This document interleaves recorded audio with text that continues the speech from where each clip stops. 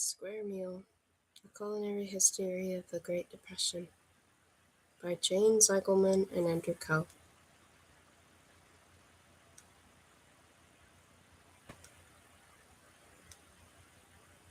Prologue. Early on the morning of November 11, 1918, on a railroad car in northern France, a German delegation signed the Armistice Agreement, signaling the end of hostilities and the complete defeat of the German army to go into effect at 11 a.m. that day. At 10:59 a.m., the last soldier was killed in World War I, an American infantryman from Baltimore named Henry Gunther, who ignored orders and senselessly charged a pair of German machine guns. When the hour was reached, the guns grew silent on the fields of battle that stretched across the Western Front, for the 1.2 million troops of the American Expeditionary Force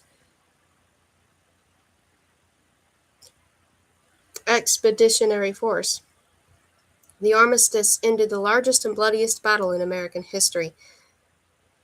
The Meuse-Argonne offensive, in which 26,000 U.S. soldiers had been killed. The survivors were exhausted and often shell-shocked, suffering from trench foot, fleas, lice, scabies, dysentery, and a host of other ailments. They packed their mess kits, blankets, trench tools, gas masks, and other gear in their field packs, shouldered their rifles, and began their march to the railway lines, where they would begin their journey home.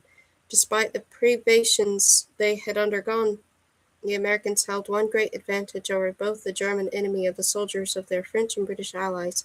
They were by far the best-fed troops of World War I.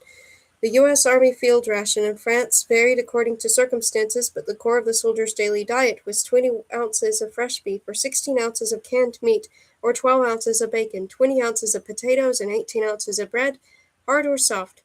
American troops were always proud that they enjoyed white bread, while all the other armies had to subsist on dark breads of various sorts. This ration was supplemented with coffee, sugar, salt, pepper, dried fruit, and jam. If supply lines were running, a soldier could eat almost 4 pounds of food, or 5,000 calories a day. American generals believed that this was the best diet for building bone, muscle, and tissue and endurance. British and French troops consumed closer to 4,000 calories, while in the last months of the war the Germans were barely receiving enough rations to sustain themselves. Compared to non-combatants, they were relatively lucky. Across the war zones of Belgium, northern France, and eastern Europe, many thousands of women, children, and old people had starved to death. Away from the front lines, strict rationing was the rule, with barely any meat available to civilians. In the history of Europe, this hunger was nothing new, just the latest in a series of famines that swept across the continent over the centuries. The U.S. Army owed its stupendous culinary fortune to the richness of the American soil, the hard work of its farmers, and a man named Herbert Hoover. Shortly after the United States entered the war in April 1917, President Wilson asked Hoover, a brilliant mining engineer who was then directing food relief to Belgium, to reorganize the American food system to support the war effort. Operating under the slogan of "Food will win the war," the U.S. Food Administration sold farmers fertilizer at discount prices and encouraged them to expand their acreage and adopt the latest scientific farming practices. Hoover also fixed agricultural prices to avoid inflation and took control of railway lines to ensure rapid shipment of foodstuffs to East Coast ports, where ships were loaded with Maine potatoes, beef and pork from the Chicago stockyards, Dakota wheat, and dried fruits from Oregon and California. If the merchant fleets were able to avoid German U-boats, the food would arrive in Europe to be distributed to Allied troops, hungry refugees in Belgium and northern France, mess halls, field kitchens, and frontline trenches. During the war, the troops' unofficial motto had been "Heaven, Hell, or Hoboken" by Christmas. Most had embarked for Europe by the Hoboken docks. If they survived the conflict, they hoped to land again at Hoboken. In reality, the majority of them missed Christmas, at least in 1918, and the ships carrying them home also landed at Boston, Newport News, and Charleston. For the returning, often seasick troops, their first view of American soil somehow seemed to take place early in the morning in the fog. Nevertheless, their greeting back in American waters, even before they landed, was rapturous. Local governments, newspapers, and anybody else who could chartered boats to race out to meet the arriving ships. When the Mauretania, carrying 3,999 troops, steamed into New York Harbor, late in 1918, a police boat carrying the mayor's welcoming committee pulled alongside. After city dignitaries shouted greetings to them through megaphones, the troops who crowded the deck and hung from every porthole bellowed en masse, "When do we eat?" It became a custom for greeting parties to hire professional baseball pitchers to hurl California oranges at the troops. Some soldiers sustained concussions from the barrage. To give them their first taste of fresh American produce in more than a year, a prelude to the series of memorable feasts that would mark the rest of the journeys home. After the boats tied up, teams of young women from the local Red Cross canteens rushed on board with coffee, sandwiches, and donuts to distribute to the soldiers. The next order of business was a homecoming parade, more than 500 of which were held in cities across the country. The biggest parades were staged in New York City, where Fifth Avenue from the Washington Square Arch north was festooned with lanterns and American flags. At almost every parade, crowds threw gifts of fruit and candy to the passing troops.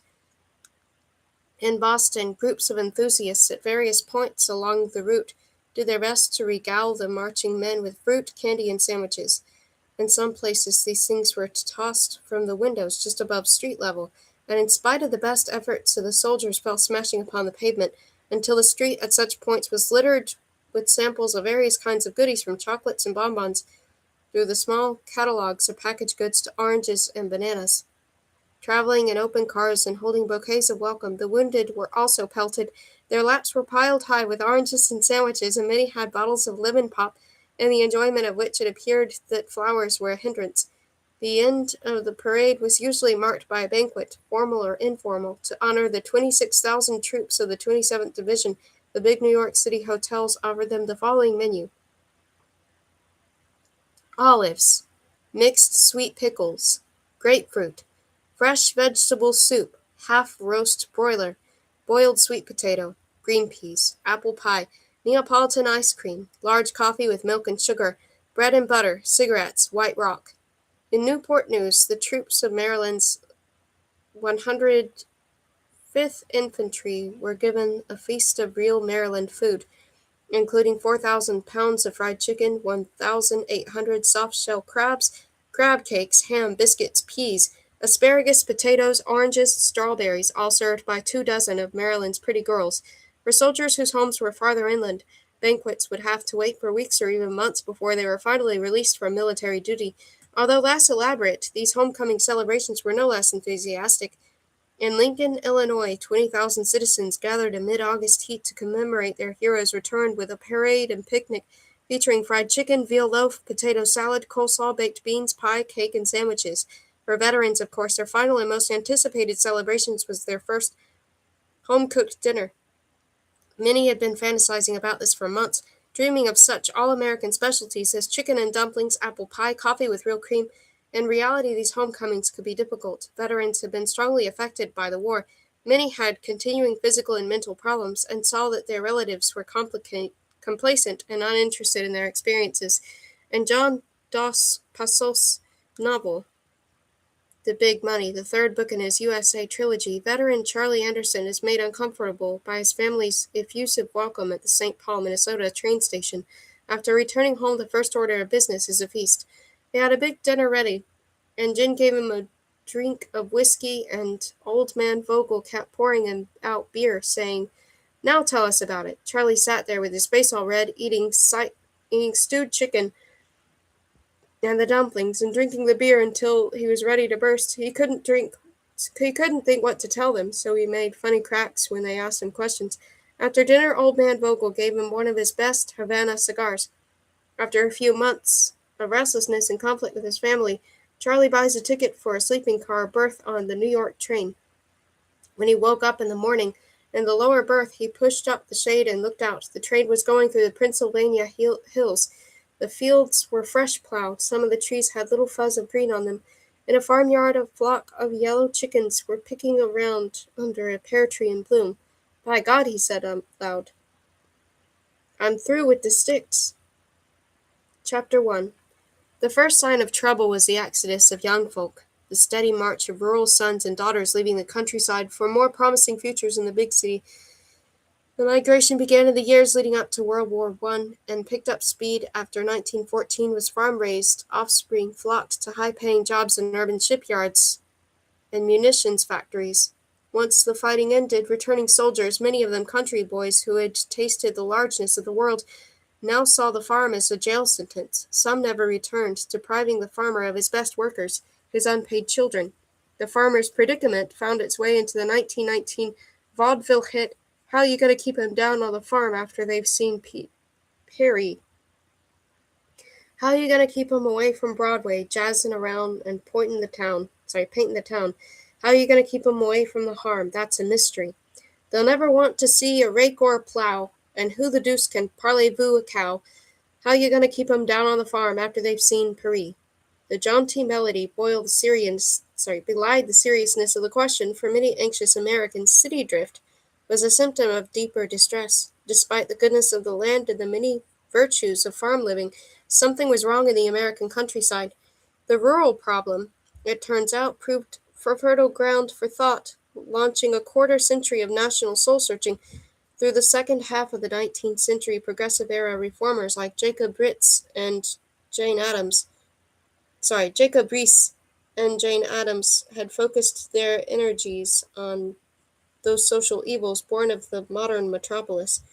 The two items at the top of their agenda, the abuses of the sweatshop system and the dire living conditions found in the tenements, were strictly urban maladies. It now appeared that the countryside was also in need of reform.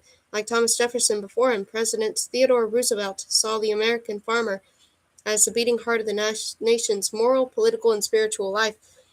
The decline of farm life at continued apace threatened both the soul of the republic and the country's ability to feed itself. In 1908, Roosevelt appointed the Country Life Commission to investigate the failure of country life as it exists at present to satisfy the higher social and intellectual aspirations of country people. After 6 months of research, the Commission's report confirmed what many already suspected. A hobbling malaise had descended over rural America. As to the source of the problem, experts determined it was none other than the farmer himself.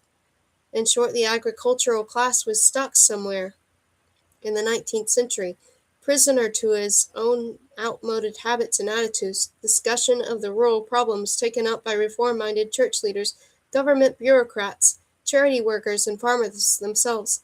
It even gave rise to its own branch of social science, rural sociology, whose practitioners studied everything that had gone wrong with country life with an eye toward fixing it.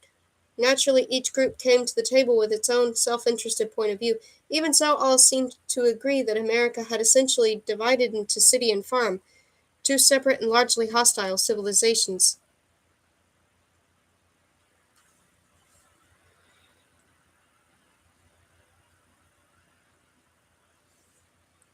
Sheet music for the popular 1919 song memorializing the city-bound migration of rural offspring following World War I. Library of Congress, Notated Music Collection, 20135662671. Since the end of the Civil War, the nation's cities had enjoyed a period of explosive growth. Factory smokestacks, the minarets of urban America, shot up along waterfronts with rows of red brick tenements. Housing for the new industrial workforce sprouted in their shadows. Everyday life in the modern city was defined by the surging intensity of the street. The great shopping boulevards packed with hungry consumers, the cosmopolitan mixing of class and ethnicity, a basic condition of city living, offered daily lessons in sophistication, while city saloons, cafes, theaters, and concert halls promised non-stop amusement. The hallmarks of country living, meanwhile, were isolation and self-reliance. Whatever diversions were enjoyed by country folk were homespun affairs, box picnics at the local schoolhouse, at-home dances with the neighbors, Sunday dinners with the pastor. The baubles and smart get-ups so admired by urban fashion plates were unknown to rural women who sewed their own clothes, their shopping needs met by the Sears, Roebuck, and Company catalog. The advances in technology that were revolutionizing city life had largely bypassed the farm. Deep into the 1920s, country women still hauled their water from outdoor wells, cooked on wood-burning stoves, and lit their homes with kerosene. The family conveyance was most likely still a horse-drawn buggy. In the fields, a team of horses pulled the farmer's plow. Interested observers seized on these differences and used them as tangible examples of the growing rift. A more elusive distinction, however, involved the experience of time.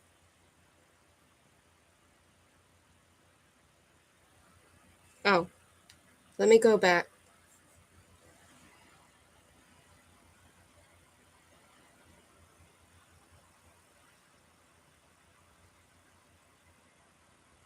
I hope you can see it.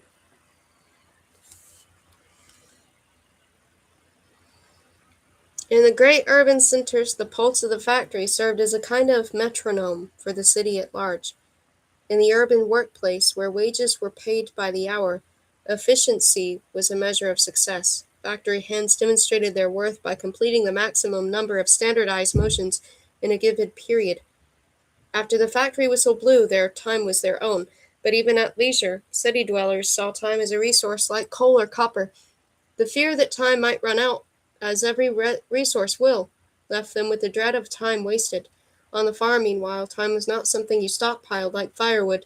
Farm chores took as long as they took. There was no rushing an ear of corn, and the workday stretched to accommodate the tasks at hand. Time was elastic.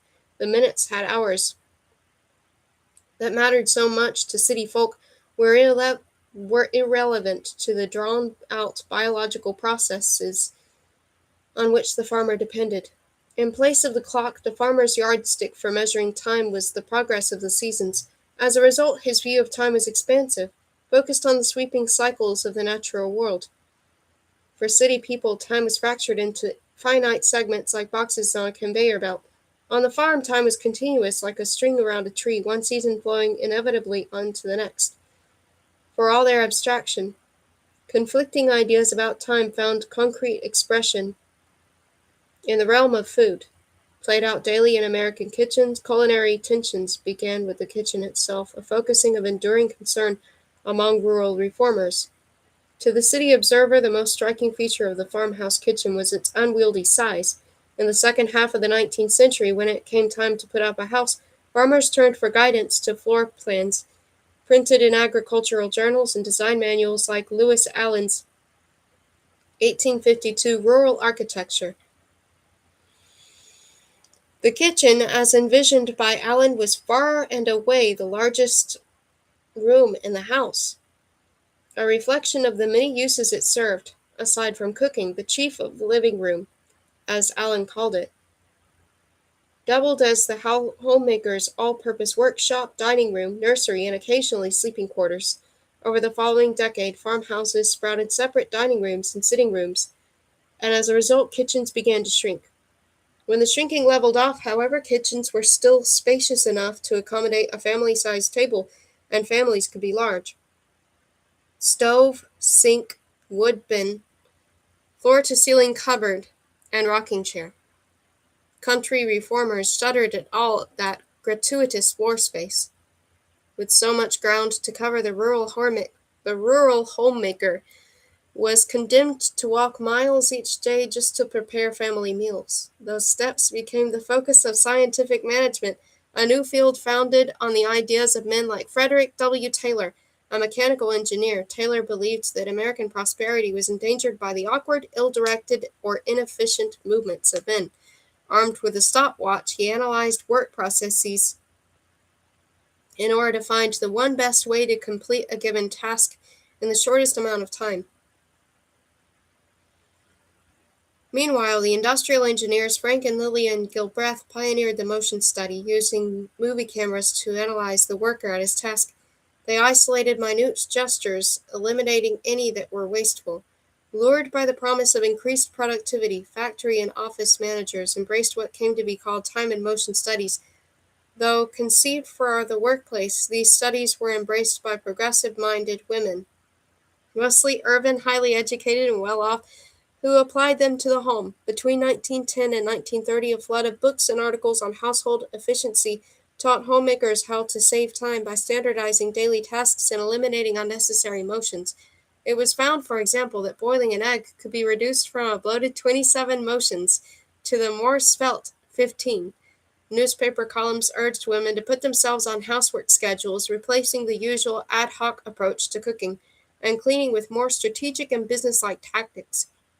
Predictably, domestic efficiency report experts were enthusiastic spokeswomen for the new generation of household appliances targeted at the homemaker. A message echoed in the advertisements for vacuum cleaners and electric irons that filled women's magazines and promised to slash her workday.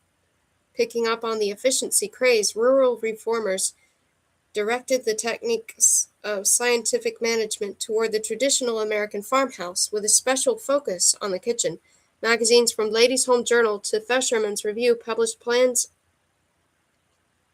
for more efficient kitchens, while the Department of Agriculture issued pamphlets like The Farm Kitchen as a Workshop, proposing that rural women replace the large multi-purpose space with a compact, well-organized room used exclusively for cooking. To quantify what they already knew, in the early 1920s, researchers from the Department of Agriculture equipped rural homemakers with pedometers, devices pinned to the women's aprons or strapped to their ankles, that counted their steps as they went about their chores. Among their findings was that one Montana woman walked a quarter of a mile in the course of baking a lemon pie. In a second variation on the time and motion theme, government investigators asked almost 2,000 farm women to keep time diaries, running accounts of time expended over 24-hour periods. The women recorded their daily round of activities on circular clock charts, each circle sliced like a pie into 5-minute segments. Subjects noted how much time was given to house cleaning, to laundry and sewing, to family, and so on. To no one's surprise, the charts showed that farm women devoted the lion's share of their workday to food preparation. On the farm, the one advance women longed for most was running water, an end to all that bucket hauling. The reformers, however, saw no reason to stop at the kitchen sink. With characteristic optimism, they believed that modernity, with all its rewards, was within the women's grasp. Their mission was to empower farm women with the knowledge of what was possible, including smaller kitchens and improved kitchen habits. The main objects of their passion, however, were reserved for new labor-saving devices like gas stoves and electric dishwashers, which they declared indispensable to kitchen efficiency and urged on farm women everywhere. The change came slowly to rural America. Frustrated reformers blamed the women for what they saw as a failure of vision.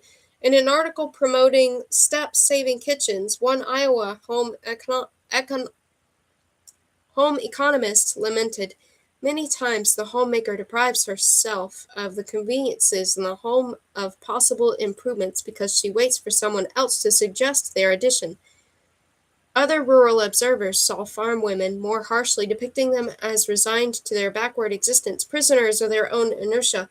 City newspapers ran features on the plight of the rural women, her long workday, and primitive living conditions. One story in the Boston Herald, titled "The Wife of the Farmer, the Woman God Forgot," described her with the following adjectives: faded and work-weary, hidden away in the remote corners, isolated, drudging, and alone. Oh my goodness. Oh my goodness. Okay, here's a chart. Look at that.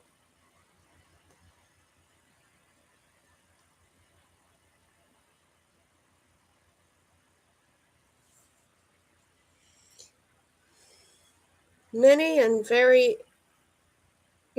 various are the duties of the homemaker.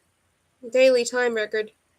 As the subjects of time use studies, farm women are asked to record their daily activities on clock charts. The woman represented here worked a 16-hour day. Maud Wilson, The Use of Time by Oregon Homemakers. Agricultural Experiment Station, Oregon State Agricultural College, Corvallis, 1929, 41. Country homemakers who encountered these pitiful beings in the popular press were outraged and made their feelings known. A Massachusetts woman named Adeline O. Gosling, an editor at Farm and Home, asked subscribers what they thought of the Boston Herald story and other similar reports. In an attempt to set the record straight, close to 10,000 women responded, including this one from Illinois. Lonely? Where is there such an abundance of life as in the country? There may not be crowds of people, but nature makes a grander showing. The trees, the grass, the flowers, the birds, the horses and cattle, even the crickets, locusts, katydids, the frogs, all add to the grand symphony of nature. Where are the members of the family nearer and dearer to each other than on the farm? Where do they understand each other better? How many wonderful evenings are spent together with the neighbors around the piano and Victrola, singing and dancing? How many pleasant hours are spent driving through the country, going to band concerts or picnics, to church on Sunday? And then there are the telephones and the daily visits of the letter carrier with the magazines and newspapers. It is city life that is lonely, where one may travel all the day through crowded streets and among strangers. Crowded streets and be among strangers. Despite her lack of modern conveniences, the farm woman, it seems, was not so bereft as some imagined. Satisfaction with their lot, however, did not mean that farm life was easy. In truth, country women worked even harder and longer than the studies suggested. Regardless of what the clock charts indicated, the woman's role in feeding her family extended well beyond the 13.2 hours, as one study had it, spent each week in meal preparation. Through the 1920s, family farms were still largely self-sustaining. Roughly once a week, the homemaker made the trip to town to buy provisions at the general store. Her shopping list was brief: salt, coffee, sugar, baking soda, flour if she didn't grow her own wheat, and maybe a can of salmon, a luxury food reserved for Sunday supper. In place of cash, she paid for these items with eggs from her chickens, butter from her cows, and some other farm-produced food. The bulk of her larder came straight from the land and livestock, though seldom in edible form. Before it landed on the table, farm-raised food required processing of one kind or another, a responsibility that generally fell to the homemaker. Milk needed to be strained, and butter required churning. Corn was ground into meal, and chickens were dressed. Fruits and vegetables from the woman's own garden were canned, dried, or pickled. Sorghum was stripped and crushed, the raw juice boiled down into molasses. Apples from the family orchard were pressed into cider, which in turn was left to ferment, the homemaker's source of vinegar. Living off the land meant that the farm women experienced every phase in the chain of events that brought food to the table, from planting seeds and raising chicks right up to the cooking for the family. Dinner time, the culmination of labor spread over days, weeks, or even months, was an occasion to think back on all the hard work behind them. Here the Michigan writer Della Lutz describes the content of her mealtime musings. October days ushered in the cider season and the making of apple butter. Gathering windfalls and seconds into the wagon to be taken to the mill was another of those homely tasks that gave zest to the lives of country folk, for here again you reaped the fruits of your own labor, as when, for instance, you carried your own meal home for your own johnny cake. When you ate buckwheat cakes in the winter, you thought of that hot July 4th when it had been sown, wet or dry. You smelled the bee-sweet odor of small white orchard-like flowers upheld in their stout wine-colored stems, and heard the hum of a million wings. Like God, you looked back upon your work and called it good. This woman, who audaciously compared herself to the Heavenly Father, would have never imagined that she was guilty of inefficiency. Rural women were not averse to technology. On the contrary, they saw the benefits of electrified homes and, above all, running water, not to mention the paved roads that would help remedy the problem of rural isolation.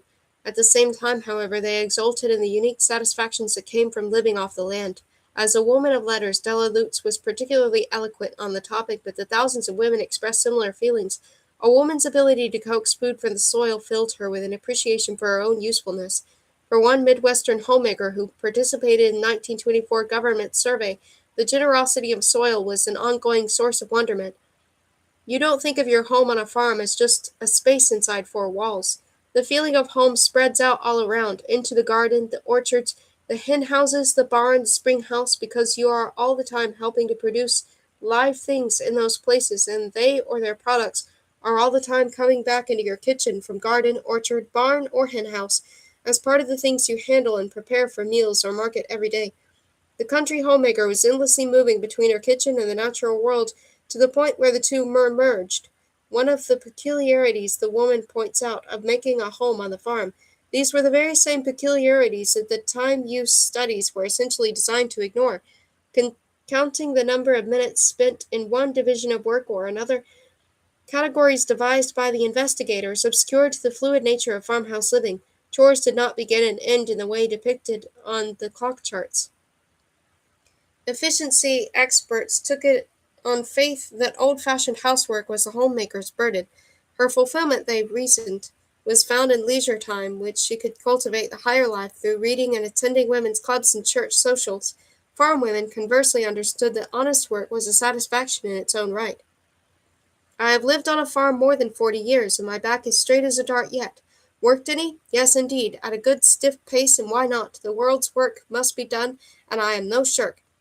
Of their daily tasks, none offered the same satisfactions as cooking for the family. A woman standing in the community rested partly on her culinary skills. For farm women, the pleasures of cooking were their own reward. They delight greatly in their beautiful, well-filled cellars with an aesthetic as well as gastronomic joy. They speak so feelingly of sweet juicy hams and new-laid eggs, golden butter and batches of white bread, apple pies, berry pies, pumpkin pies, barrels of sparkling cider, fresh crisp vegetables, rich ice cream, luscious watermelons and peaches, pungent mincemeat, and the crunchy spiced pickles that the reader is almost consumed with hunger and envy. It is the supreme satisfaction of the country woman to thus look upon her work for the family and find it good, and to know that whatever happens during the long winter, her dear ones will not suffer from hunger. These testimonies from farm women, however, did not register with many home economists and others overseeing rural studies. In fact, when researchers found evidence that farm women were satisfied with their lives, they frequently found cause to dismiss it and deliberately omitted testimonials from contented homemakers. In the welter of time-use studies focused on rural cooks, one topic received little attention. The food these women labored over was immaterial to the efficiency calculus, and the home economists saw no reason to clutter their reports with culinary specifics. They were fully attentive, however, to nutritional issues, another subject of intensive research. The gold standard of rural dietary studies was a 1923 survey of 1,331 families in the Farm Belt states of Kansas, Kentucky, Missouri, and Ohio that showed the average farmhouse diet made liberal use of just about every food group. For example, Kansas and Missouri farmers consumed 4,385 and 4,989 calories a day, respectively, more than enough calories and protein to perform their arduous work. Researchers compared their daily round of meals with that of urban laborers and decided that the advantage in diet is in favor of the farm families. I'll be right back. I'm getting hungry.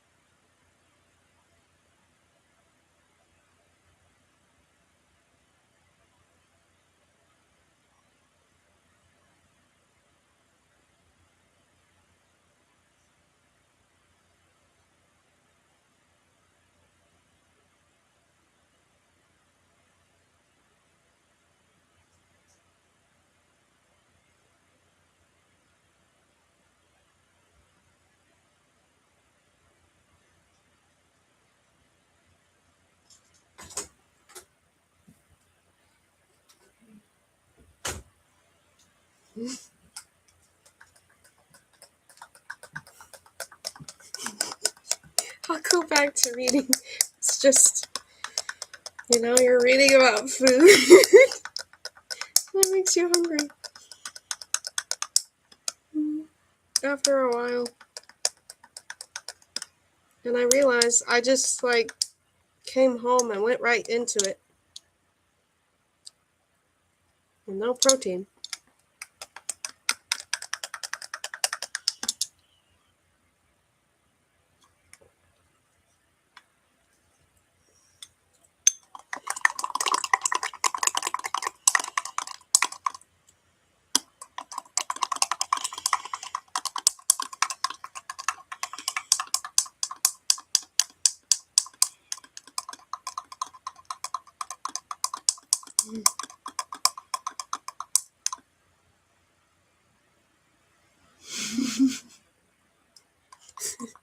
My favorite,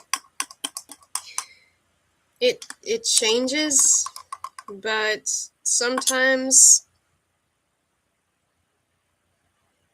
the most delicious thing to me is a tomato sandwich. And then sometimes the most delicious thing to me is peanut butter toast.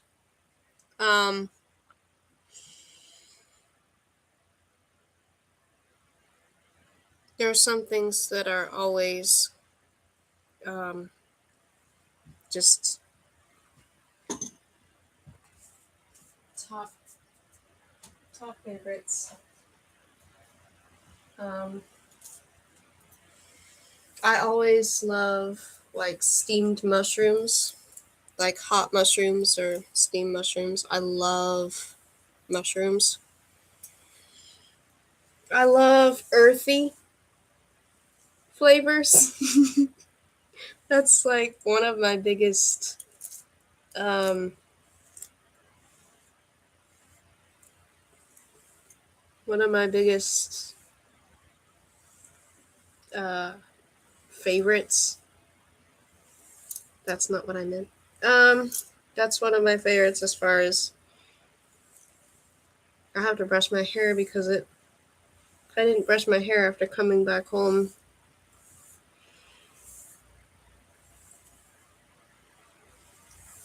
And now I have. Okay, well, anyway, so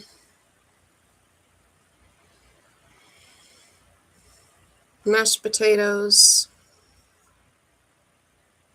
sweet potato, baked potato. Oh, definitely. Like caprese, I love tomato and mozzarella together. They're amazing. Or even cold. I love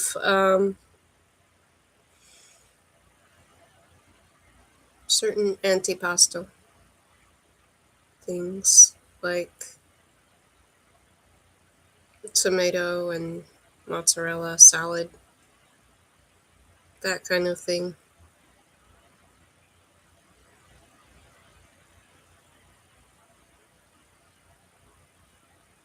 I like making vegetarian shepherd's pie. One time I had actual shepherd's pie.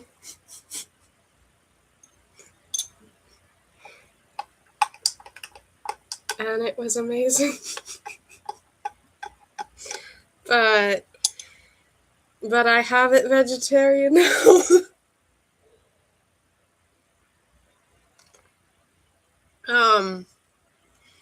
It's earthy. It's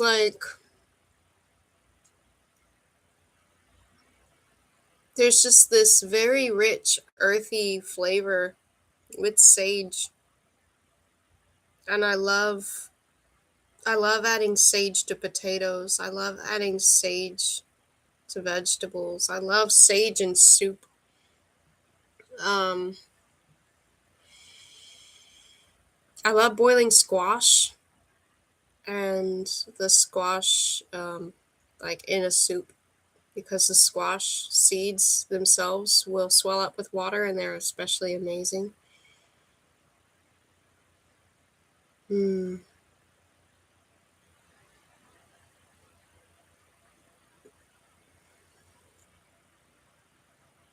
I've been a vegetarian for a very long time.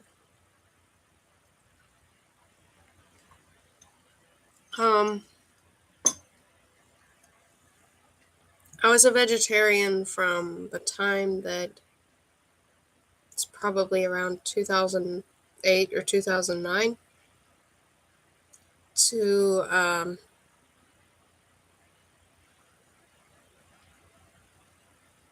I want to say 2013 or so. And I stopped being vegetarian for a short while where I would go back to eating poultry. And the reason I went back to eating poultry was that I developed a skin rash. It feels so weird to say that. But I did. I developed, like, it's not on my arms now, but it was. So, like, somewhere around, I would say, like, around here on my arm, I developed a raised, weird looking, like, skin colored rash. And it didn't itch, but it felt different from the rest of my skin. And I didn't like it. And I was, like, tired a lot. And I realized I had B12 deficiency. And I wasn't benefiting from vitamins. I mean, I was taking vitamins. It's so ironic because that was the time when I was working at a vitamin store. I was working at GNC. And so I was actually supplementing my diet and it was failing. And I hate saying that because it sounds like the wrong way to even talk about GNC supplements, to say, well, I was taking it and it wasn't working. But it wasn't working. So it just wasn't. And so I mean that could just mean that I really wasn't absorbing it well that way. And so I went back to eating poultry for, I want to say, like 3 or 4 years, something like that. It was from like around 2013 to probably about, yeah, probably about 3 or 4 years, something like that. Um, and then I discovered I loved sushi. And so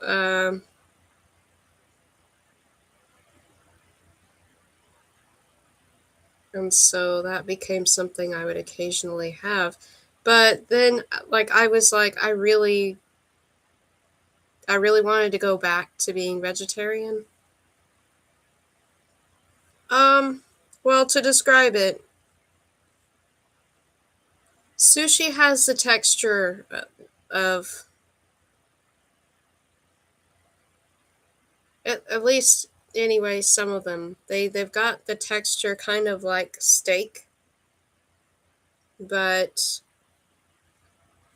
they still retain the flavor of whatever fish. So it's like, if you wanted, for instance, if you wanted tuna, but you don't want it to be, um, you don't you don't want it to be like all shredded. Um, there's the sashimi version, which is more chewy, so the texture is different. Um, so I mean, it's not for everyone, but it depends. Um, Yeah, my mom does not like it.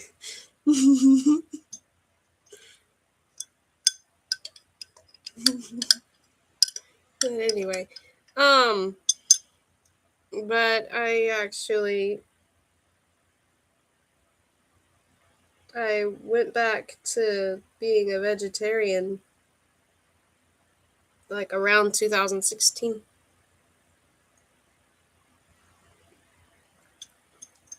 And I had been dating a vegetarian, which influenced that at the time. Um,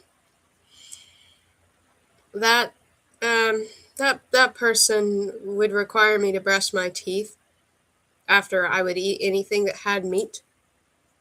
I had to brush my teeth immediately after.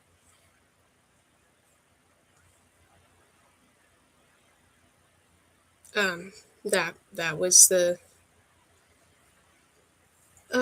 was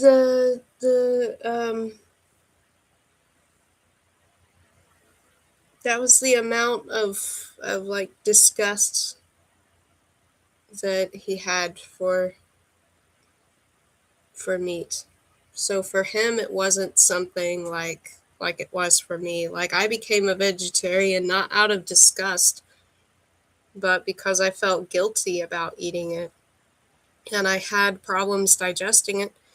So that was like those were two of the reasons, because of the animal cruelty and because it seemed like it was not easy for me to digest it. So I but his vegetarianism was really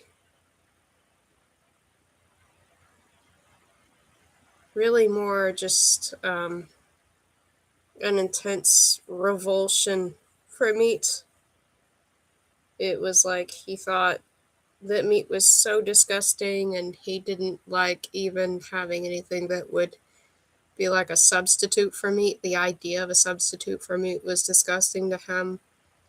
He didn't like eating anything that was made to look too cute, basically. Like if something had a face or something, like if you were to show like the French fry with the face, with the smile, he would feel like that's like sociopathic to eat it. Like that was like how extreme. Like he was just like, no, he couldn't eat that. There were a lot of things that were on his kind of like he just could not eat it, and he was fine with me eating things, except when it came to like he wouldn't like me eating meat and not brushing my teeth. Like he wanted me to brush my teeth after because it was so disgusting to him. But he could be around me with me eating meat, if that makes any sense. So, um, yeah, I don't want to don't want to say too much about that. Um, it was years ago, but I did become vegetarian, and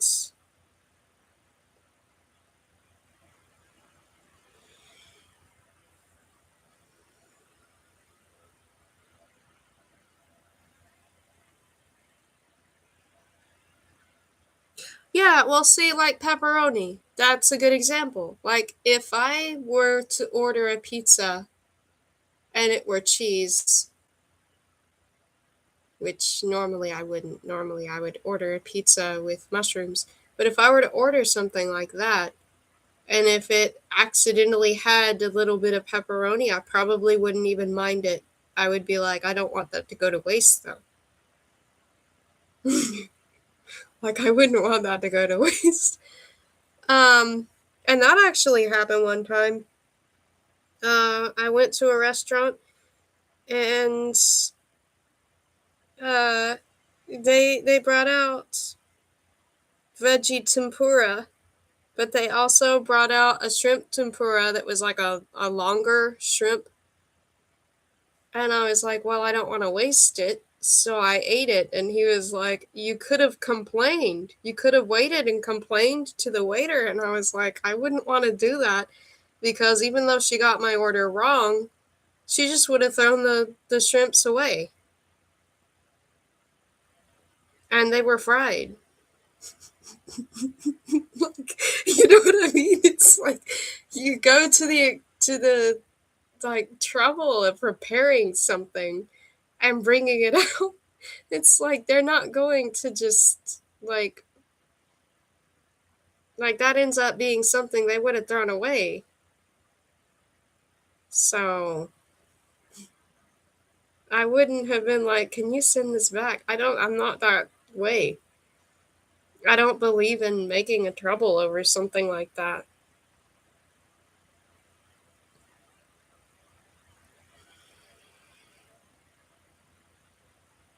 I mean, honestly, she's trying to do something nice,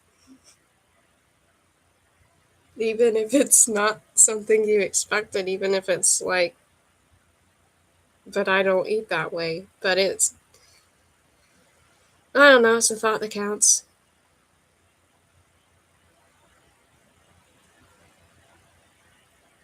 No, I'm not a vegan. Oh, thank you. I brushed it. That's all.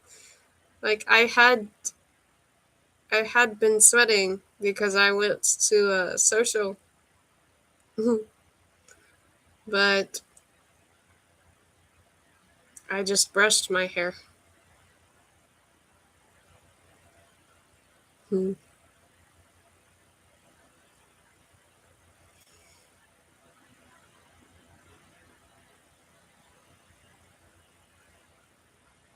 You know, there are veg veggie sushis that don't have the actual raw fish, and those are pretty good.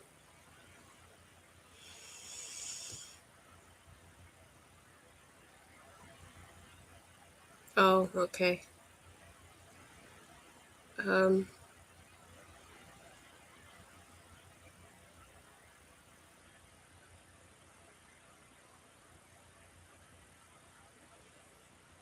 I don't regret going back to being vegetarian. Um, if I ever had to stop and go back to like eating it again,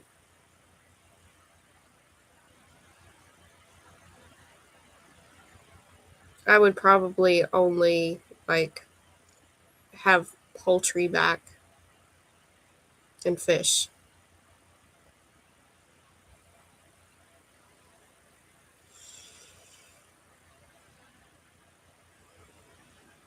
Fish is one of those things that there's just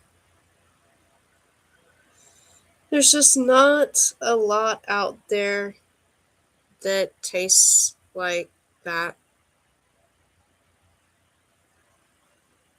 There's not a lot of really good substitutions for fish.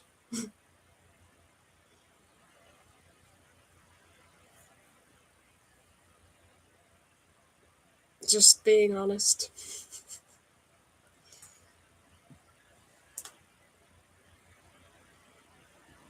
Like I had something before that was supposed to be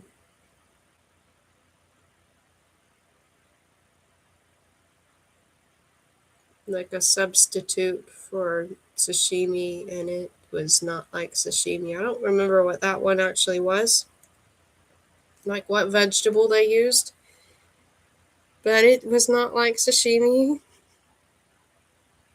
and it was just horrible,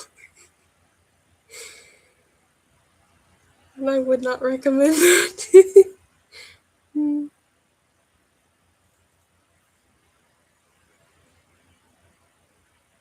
Anyway, I like being vegetarian though. I like eating vegetables. Anyway,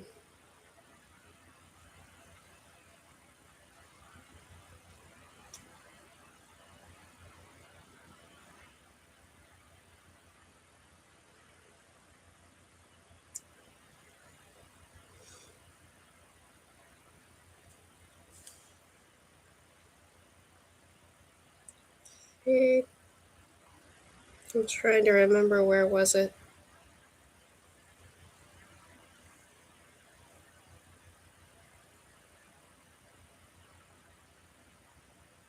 These testimonies from farm women, however, did not register with many home economists and others overseeing rural studies.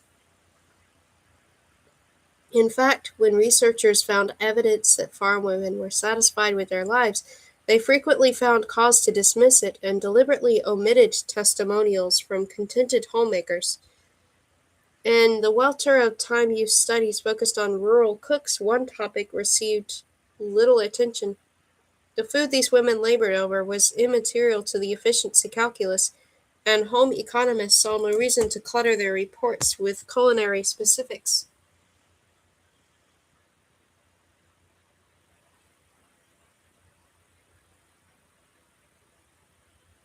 They were fully attentive, however, to nutritional issues, another subject of intensive research. The gold standard of rural dietary studies was a 1923 survey of 1,331 families in the Farm Belt states of Kansas, Kentucky, Missouri, and Ohio that showed the average farmhouse diet made liberal use of just about every food group. For example, Kansas and Missouri farmers consumed 4,385 and 4,989 calories a day, respectively, more than enough calories and protein to perform their arduous work. Researchers compared their daily round of meals with that of urban laborers and decided that the advantage in diet is in favor of the farm families. Across the South and up through the Midwest, the anchor of the rural diet was the hog, including all its unctuous byproducts.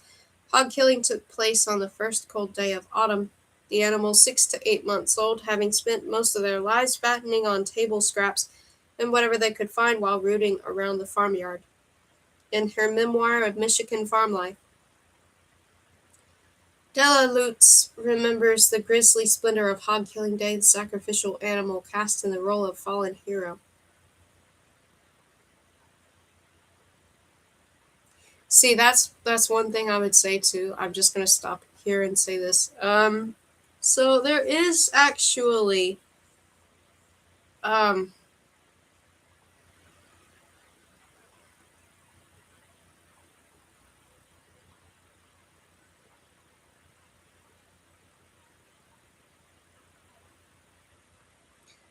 um the brand Loma Linda actually does make a substitute for pork that's that's close enough in taste and texture to the real thing, and I feel like there's no reason, like when there are substitutes that taste just like it, to have pork, knowing what pork is, and um, of course, that didn't exist back then. But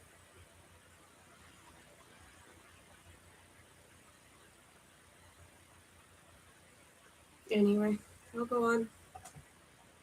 Since everyone kept hogs, the slaughter was repeated day after day, the butchering team moving from farm to farm like a traveling circus. Whole families stood by as the slain animal was suspended head down, a gambrel stuck through the tendons of its hind legs, a quick slit to the belly, and the innards tumbled forth, the long undulated convolutions of gray matter collected in a pan. Each part of the hog was dealt with in turn. The entrails were scrubbed for use as sausage casing, hams, shoulders, and jowls were brined or rubbed with salt and sugar and left to marinate, preparation for their eventual stint in the smokehouse. The off-fallings, like feet and hocks, were simmered clean, the tender scraps of meat returned to the cooking broth and left to gel.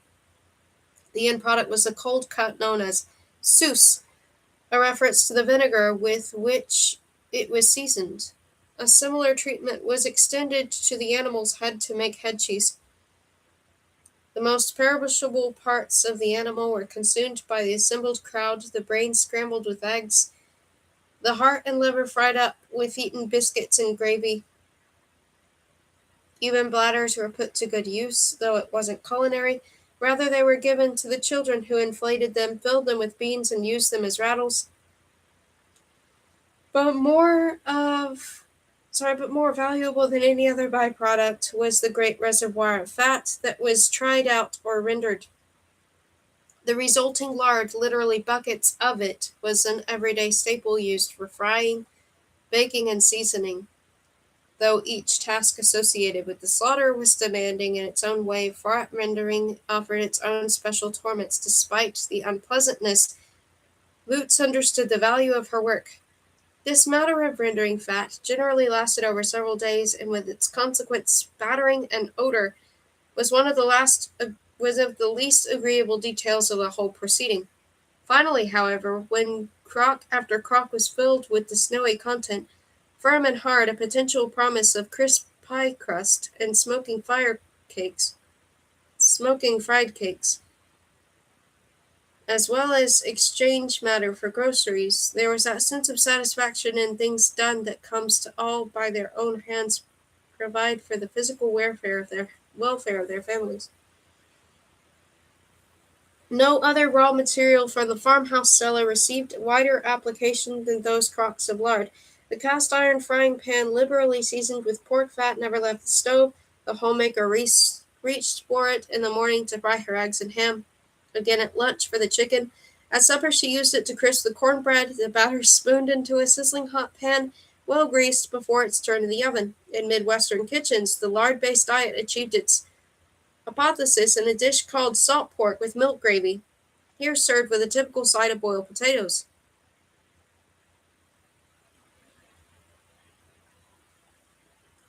On a great platter lay 2 dozen or more pieces of fried salt pork, crisp in their shells and browned flour, and fit for a king.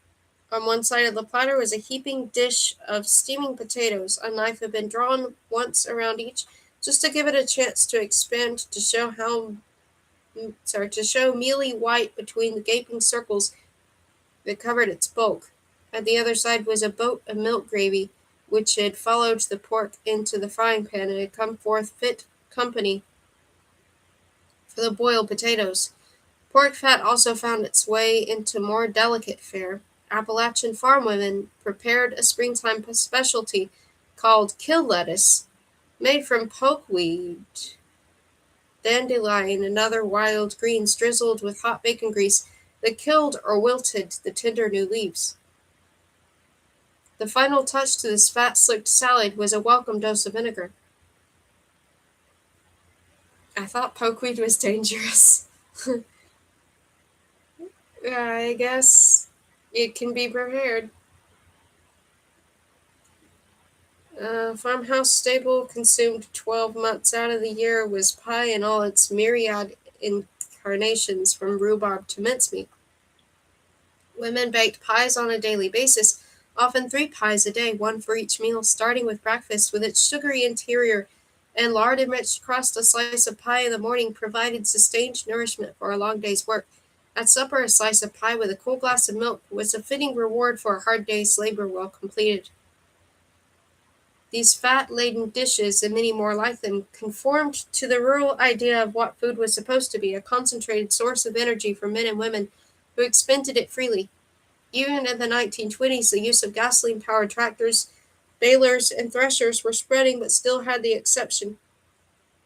In the absence of machines, farmers relied on muscle power, both human and animal.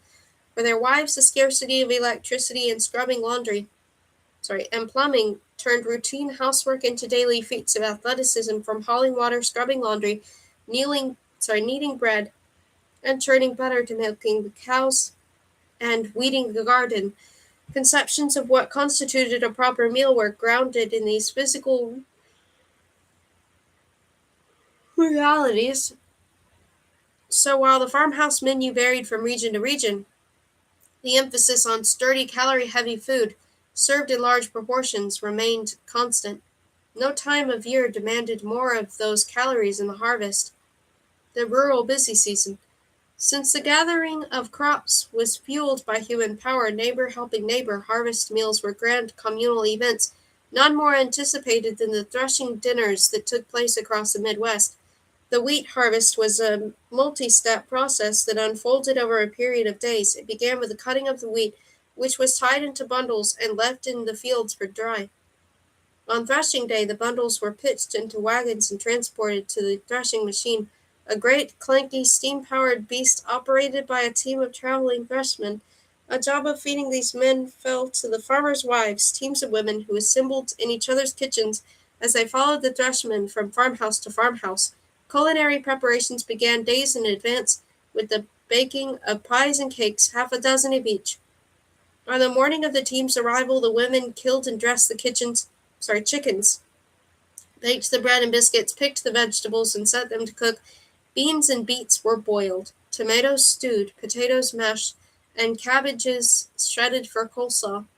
The chickens were fried or stewed with dumplings. Cold hams were set onto platters or cut into steaks and fried with drippings. To complete the spread, women descended to their cellars and returned with jams and jellies, home-canned fruit, chow-chows, and pickles. A table was set with places for 20 to 25 men, both threshers and neighbors, but before the men could take their seats, the women had them wash at a basin set under the trees beside a stack of clean towels. Since farmhouses had no window screens, the women stood over the eating men, waving leafy branches to shoo away flies. Beneath the swaying branches, the men ate prodigiously, so much so that to the farmer's dismay, hired hands were immobilized for at least an hour after the meal.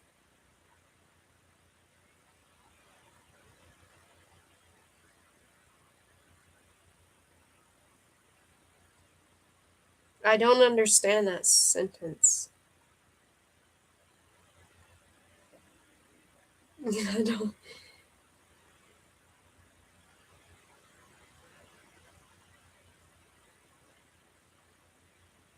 Oh, so that doesn't mean. Okay, it's referring to the person as a hired hand. Hired hands, meaning the men were immobilized for at least an hour after the meal. That's because they were digesting their food and they couldn't just go to work again. I get it. I was like, what? They ate so much their hands grew weak. That's what I pictured. I was like, I don't get it.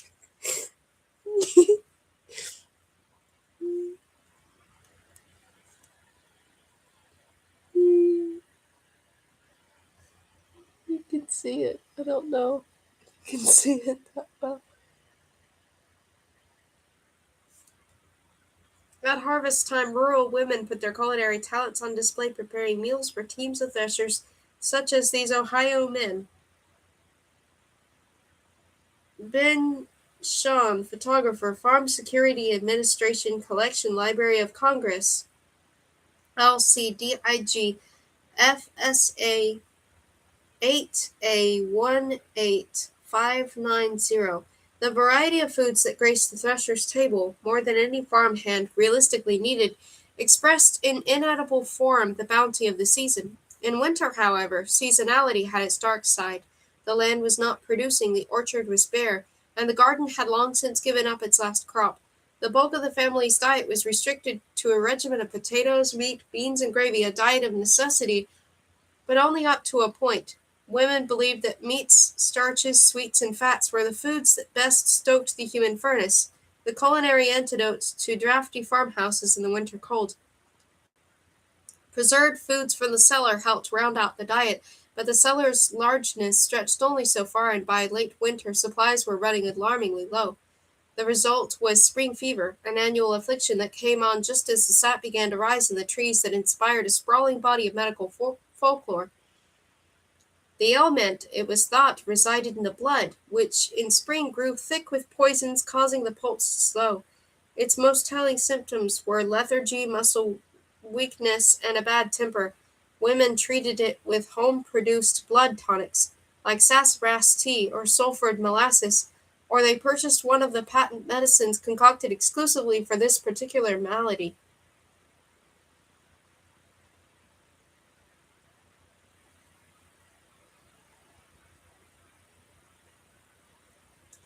They understood, however, that the best cure was the first crop of dandelions and spring onions, which were known to thin the blood and revitalize the body. Unknown to them, spring fever was in fact a vitamin deficiency, most likely scurvy, brought on by the winter diet. In the late 1970s, a group of Indiana farm women, most of them elderly, decided to document their lives as rural homeworkers. I don't know why I have a hard time every time saying that. Rural homemakers in the first half of the 20th century. The first volume of their oral history, Feeding Our Families, describes the Indiana farmhouse diet from season to season and meal to meal. In the early decades of the century, the Hoosier breakfast was a proper sit-down feast featuring fried eggs and fried meat, which throughout much of rural America meant bacon, ham, or some other form of pork.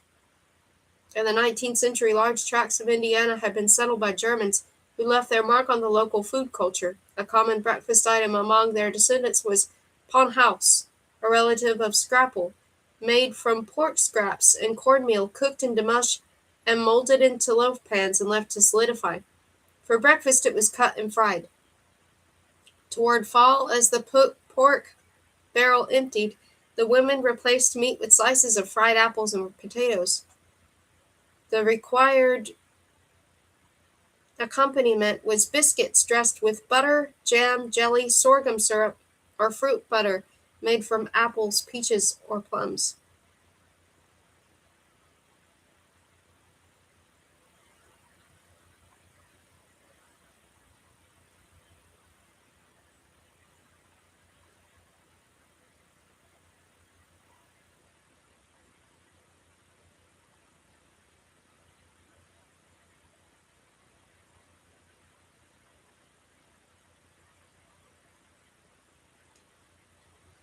A final possibility country biscuits were never served naked was milk gravy thickened with a flour roux.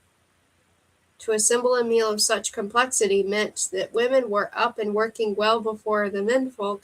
The first chore of the day, lighting the wood stove. Beola Mardis, an Indiana homemaker born around 1900, remembers how her mother timed the morning's biscuits for maximum economy of fuel. My mother would build a fire in the stove with wood. She had kindling, and she put in about 2 tablespoonfuls of kerosene and 2 sticks of hickory wood. Then she would wash her hands in ice-cold water, if it was winter, and make the biscuits. By the time the biscuits were mixed, rolled out, and cut, and in the pan, the oven was ready, and then she would add 1 more stick of wood in the firebox that would bake the biscuits. She always said that she baked biscuits on 3 sticks of wood. When the oven was already hot, the space between breakfast and lunch was time for baking bread, one of many items produced in bulk. For a household of 10, including hired hands, a dozen loaves made every third day was just about adequate. Women purchased flour in 100-pound sacks, 2 or 3 at a time, along with 10-pound bags of sugar for use in pies and cakes. However, the one ingredient that never ran out was yeast, a living food that homemakers cultivated in their kitchens and tended like a pet, feeding it regularly with fresh water and starch. The instructions below for perpetual yeast come from Adeline Gosling's Making the Farm Kitchen Pay. Dissolve 1 cake compressed yeast in 1 pint lukewarm unsalted water, in which potatoes were boiled. Mix well, add 1/2 cup sugar, stir thoroughly, pour into a 2-quart glass jar covered loosely, and then let stand in a warm place overnight. Next morning it will be a foaming mass. Put the rubber on the can, screw the cover down tight, and set away in a cool place. When ready to make bread, pour into the can of yeast foam prepared as above 1 pint lukewarm water in which potatoes were cooked. Mix well, then stir in 1/4 cup sugar. Let the can stand open in a warm place about 5 hours or until the contents are very light and foamy. Then stir it down and use 1 pint of the mixture for raising 4 loaves of bread. Put the rubber and cover on the jar again and keep it in a cool place. Some of this yeast may be used once or twice a week, or every night, adding fresh potato, water, and sugar, as described above. Of the yeast, if the wheat, if the yeast went bad for any reason, women would borrow a cup of healthy yeast from a neighbor and start the process again. When farmhouse breakfasts were ample, lunch was more so, especially in summer when workdays were long and appetites pushed to their highest register. With the kitchen garden at full production, the midday meal often included stewed beets, stewed tomatoes, long-simmered green beans, boiled corn, and potatoes fried in salt pork, all cooked to maximum tenderness. At the center of the table often stood a pot of chicken and dumplings, with cushiony slices of white bread to sop up the cooking broth. The gaps between the plates were filled with jars of chow chow, onion relish, and pickled peaches, cauliflower, watermelon rinds. The midday meal concluded with a solid wedge of pie. Like bread, pies were baked in bulk, up to a dozen at a time, and could be consumed at breakfast, lunch, and dinner. The type changed with the seasons, beginning in spring with rhubarb and strawberry and ending in the fall with apple. In winter, when the cache of fresh apples was depleted, women made pie from apples they had dried in the fall. Peach and cherry, fruits from the farmer's own orchard, were two summer staples, though women also took advantages of wild blackberries, elderberries, blueberries, and grapes.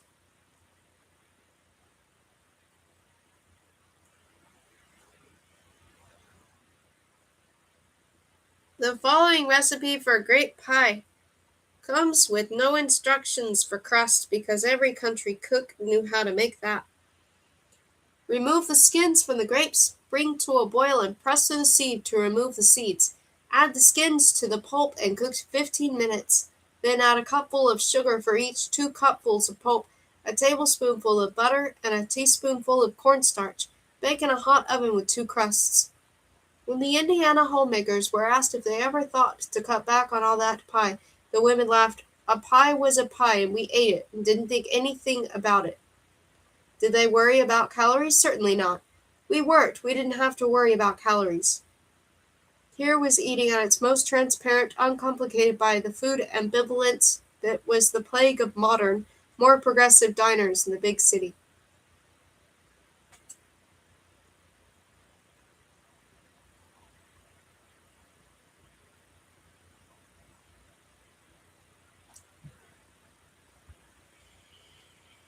Chapter 2. Following the armistice, among the Americans returning from Europe was John Dos Passos, a young writer who, like Ernest Hemingway, had served as a volunteer ambulance driver. Dos Passos considered joining the lost generation of expatriates living in Paris but found the city too civilized for him. He returned to New York City where he sensed that life, beautiful and cruel, plunges toward new forms of organization. When he landed in New York, Prohibition had just begun, and agents armed with billy clubs rifled through his luggage looking for liquor. Within a few weeks, he was writing to a friend that New York was a combination of ancient Babylon mixed with the harsh aesthetics of the industrial age, a city of cave-dwellers with a frightful, brutal ugliness about it, full of thunderous voices of metal grinding on metal, and of eternal sound of wheels which turn on heavy stones. Dos Passos later returned to this period in his novel, The Big Money. In one stream of consciousness, camera eye section of the book, his autobiographical narrator remembers his impressions of those early post-war years in New York, and the crunch of white corn muffins and coffee with cream gulped in a hurry before train time, an apartment house morning stifling with newspapers, and the smooth, powdery feel of new greenbacks, and the whack of a cop's billy cracking a citizen's skull, and the faces blurred with newsprint of men in jail. The breakfast muffins were a holdover from the era of the Food Administration, which encouraged Americans to eat corn muffins and win the war because every grain of wheat was being shipped to Europe. Those first years after the war were also a time of profound unrest and authoritarian reaction. The loosening of wartime wage caps provoked warriors from Seattle to Boston to strike for higher pay. Rumors spread that the protests were sparked by Bolshevik agitators hoping to foment a Russian-style revolution, spurring Congress and Attorney General A. Mitchell Palmer to begin a widespread campaign to identify, arrest, and deport any alien Reds. By 1922, however, any fault lines in American cities had been buried by political regression, the beginning of an unprecedented economic boom, and what Chicago writer Ben Hecht called urban America's razzle-dazzle of dreams, tragedies, fantasies. Most left-wing agitators were in jail. Speakeasies serving illegal booze had replaced saloons. Model Ts crowded the streets, and city dwellers were eager to find new ways to live, work, amuse, and feed for themselves. For both new arrivals and longtime residents, urban life was marked by the challenge of finding a place to live. Apartment leases lasted only a year, usually ending on May 1st or October 1st. At the end of that term, the majority of tenants, rich and poor, felt compelled to pack up their possessions and find a new roosting place. On those days, the streets and avenues were clogged with moving vans and even pushcarts piled high with belongings as families headed, they hoped, to newer and cheaper apartments in better neighborhoods. In New York, immigrant families who once crowded the Lower East Side rejected the neighborhood's dingy, claustrophobic, and unhealthy old-law tenements and headed out to new buildings in Brooklyn and the Bronx. Spurred by a servant shortage, middle-class families fled their spacious, labor-intensive pre-war apartments for a new style of urban living called efficiency apartments. These were a compromise between hotel and apartment living. In cities such as Boston and New York, residential hotels had long been a popular alternative to rooming houses. They required no leases, so residents could stay for a week, a month, or years, and they also offered the convenience of room service and in-house maids. By the end of the war, however, hotel owners discovered that the new generation of young urbanites wanted the option at least of a modicum of family life. They found a solution by converting their hotel suites into efficiency apartments that offered tenants the cutting edge of technology and maximum convenience. The hallmarks of the efficiency apartment were conservation of space, attractive room arrangement, and economy of construction. From the central living room, a tenant could reach any part of her apartment in less than 10 paces. The compact size allowed builders to maximize the number of units per building and thus their profits. For tenants, it lightened housekeeping chores, eliminating the need for a maid. In order to make the apartments seem more spacious, builders installed the latest in modular, miniaturized, and folding furniture. For sleeping, tenants moved their living room furniture out of the way and pulled Murphy beds out from the wall closets. For eating, they could use the famed fold-away dining room, a table with 2 benches that folded out of a wall nook. If they chose to prepare their own meals, they could use the apartment's kitchen, whose compact and highly organized space resembled the meal preparation area in a Pullman dining car.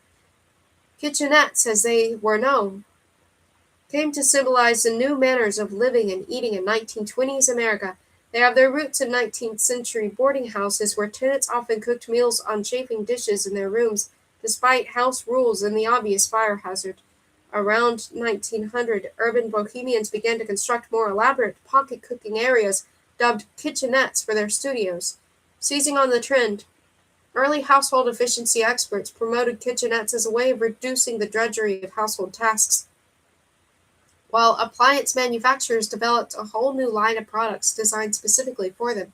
By the 1920s, they had become a common element of residential construction projects in vertical cities like New York, St. Louis, and Chicago. At the Surf Apartment Hotel in Chicago, described as something entirely new in housing accommodations for people of means, the dining area and kitchenette shared a 19 by 7-foot room, with half devoted to the kitchenette. Here's how it was described in a hotel trade journal. The man or woman who designed it was a genius of superlative type for crowding into small space the culinary department of a home. There is a gas range and a gas broiler, these with exhausts bent over. There is a sink 5 feet long, white enameled. There is a cupboard for ironing board and broom, cupboards for canned foods. There is a major cupboard with many smaller cupboards, protected with roll curtain door pulled down over its front. The major cupboard has automatic dust-proof bread box, combination flour bin and sifter, automatic sugar dispenser, drawers for knives, forks, and spoons, can openers, and the like, a workbench of metal.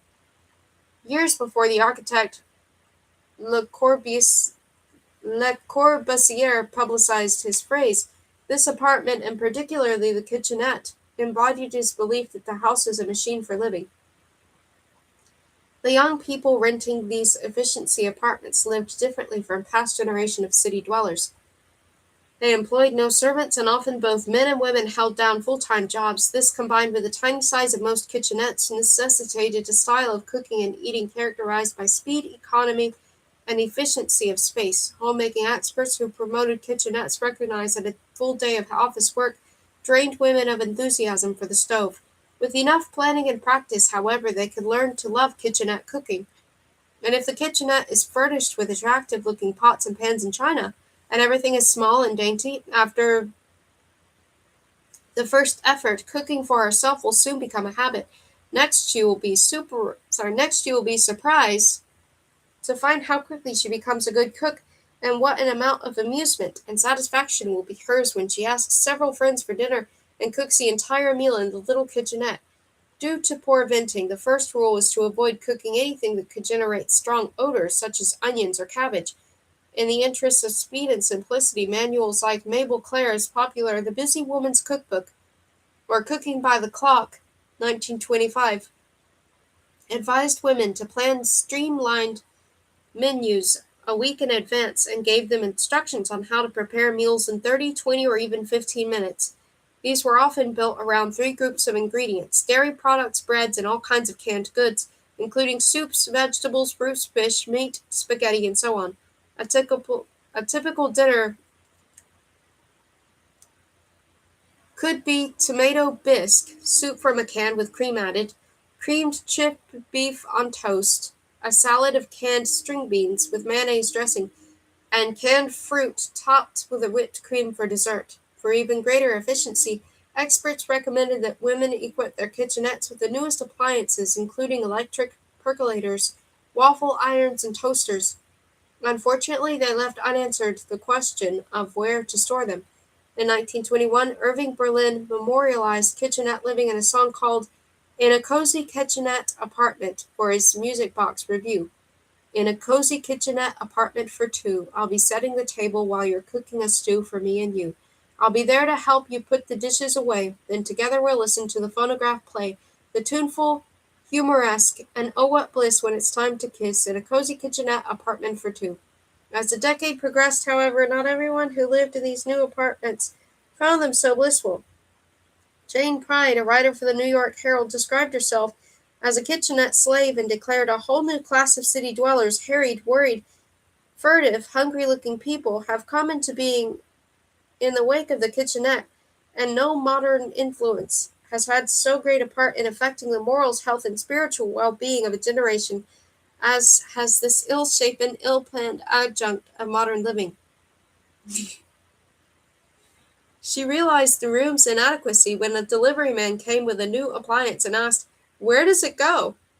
I pushed aside the blue denim curtain of my kitchenette, reached round and turned on the electric light, and with a magnificent gesture indicated about a foot square of floor space and said, "In here, in my kitchen." The delivery man came and looked. He looked at the icebox, squeezed up against the bag of coals that the Italian ice, coal, and wood man had just delivered, at the racked shelves, at the two-burner gas stove, huddled on a shelf directly over the icebox, at the frantic grouping of shelves so that every inch should be occupied by the few pots and pans it was possible to harbor. And then he looked at me. Astonishment fought with pity on his face. "Ain't you got no kitchen?" he asked in the hushed voice of one who might ask, "Ain't you got no parents, little one?" Despite the best of efforts of homemaking experts, the reality was that many apartment dwellers did not regularly use their kitchenette stove. However, they did find uses for its other implements. During Prohibition years, social drinking of bootleg liquor gave far more thrills than serving a good meal. Tenants discovered that their kitchenette could serve admirably as a station for mixing drinks. The kitchenette itself is obsolescent in Manhattan. It is as likely to serve as a cellarette, a kind of mini-bar on wheels, the presence chamber, the shrine, and the refectory of many New York suites. Around it at the cocktail hour gathers a devoted band which has forsworn its layers and penates, Roman household gods, in favor of orange juice, vermouth, and synthetic gin. Instead of struggling with the kitchenette, many city residents preferred to purchase ready-made foods for consuming in their dining nook. With the era of takeout menus and pizza delivery men still decades in the future, city dwellers who wanted to eat prepared foods bought them at the Corner Delicatessen, an establishment that has its roots in the 19th century German communities that formed in cities such as New York, Chicago, Milwaukee, and Pittsburgh. In deference to the customary customs of the old country, German delicatessens offered Westphalian hams, North Sea herring, pickled, smoked, and in sour cream, pickles, potato salad, imported chocolates, and so on. The delicatessen business model was soon adopted by German Jewish immigrants who substituted corned beef and pastrami for the pork products. By the 1920s, delicatessens had broken the boundaries of ethnic neighborhoods and entered the mainstream. In 1921, a Baltimore journalist counted more than 50 delicatessens in his city, calling the imported bologna they sold a naturalized citizen. It is a natural accompaniment to the new flivver type of kitchen called the kitchenette, which is just large enough to accommodate a carton of potato salad, a carton of Schmierkäse, 8 inches of Wienerwurst, a box of salted crackers, and the person designed to prepare the meal, preferably small. Some kitchenettes, larger than others, are built to hold also a pound of boiled ham, sliced thin, and 15 cents worth of mayonnaise. Others have a larger Wienerwurstage, but they all complement the delicatessen store in one way or another.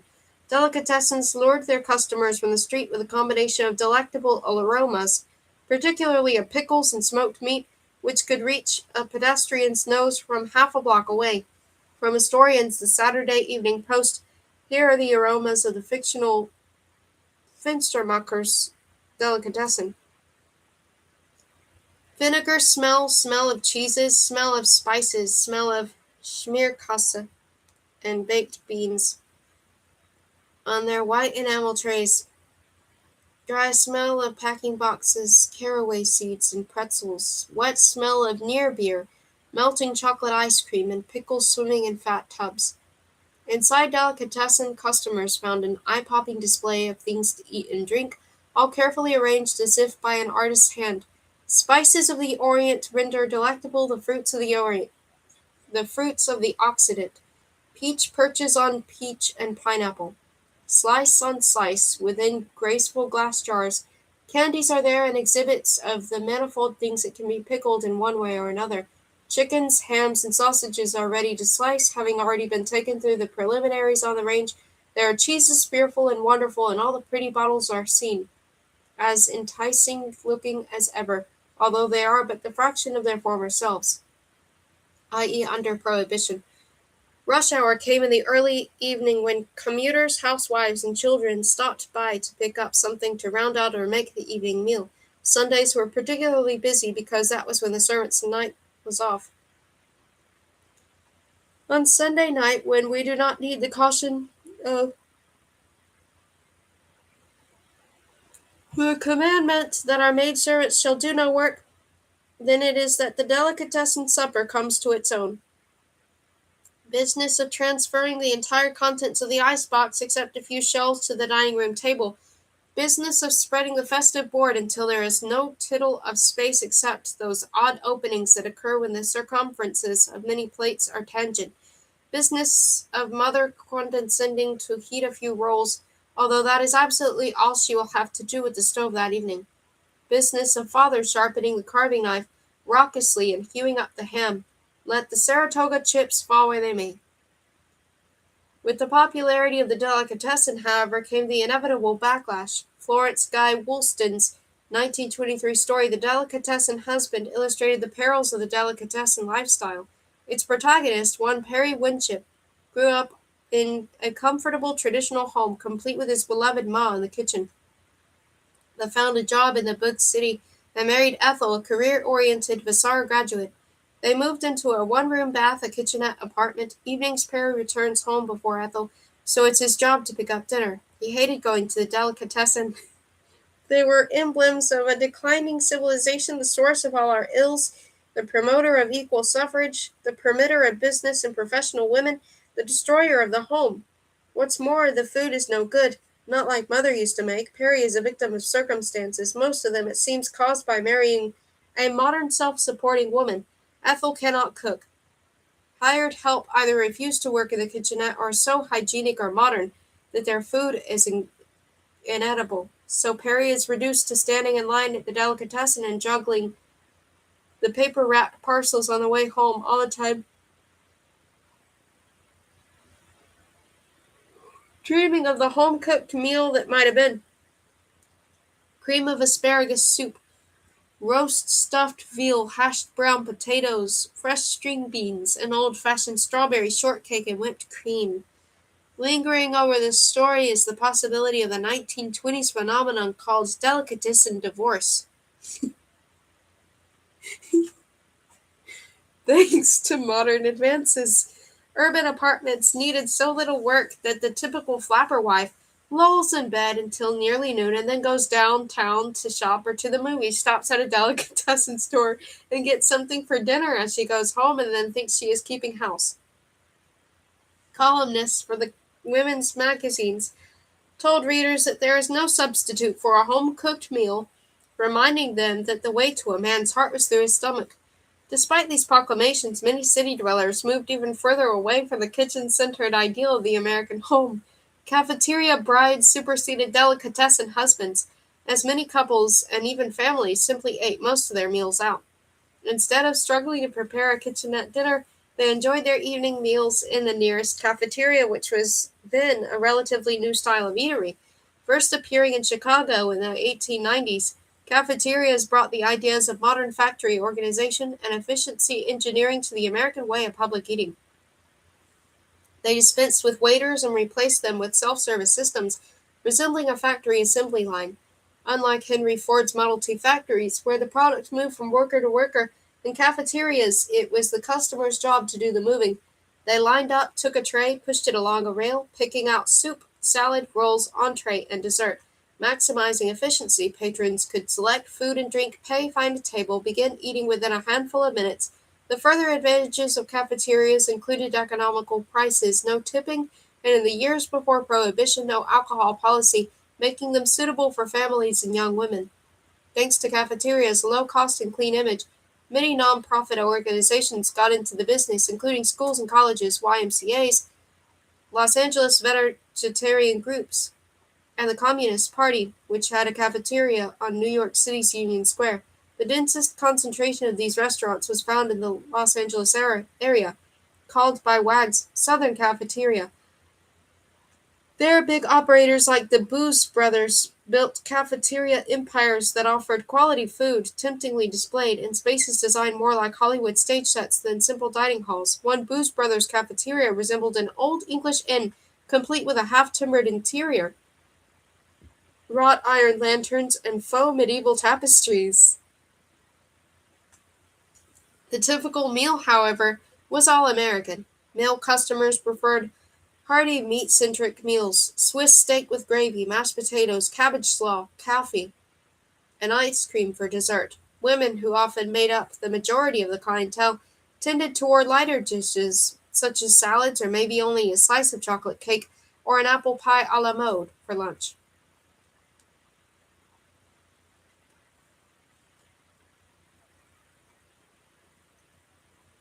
Another inexpensive option for the city dwellers was eating in one of the many quick lunch restaurants, also called gobble and get joints. These eateries often occupied spaces vacated by more traditional restaurants that no longer turned a profit under the dry laws. In New York, the victims included old-time lobster palaces like Rector's and many of the ornate German beer and subterranean sorry.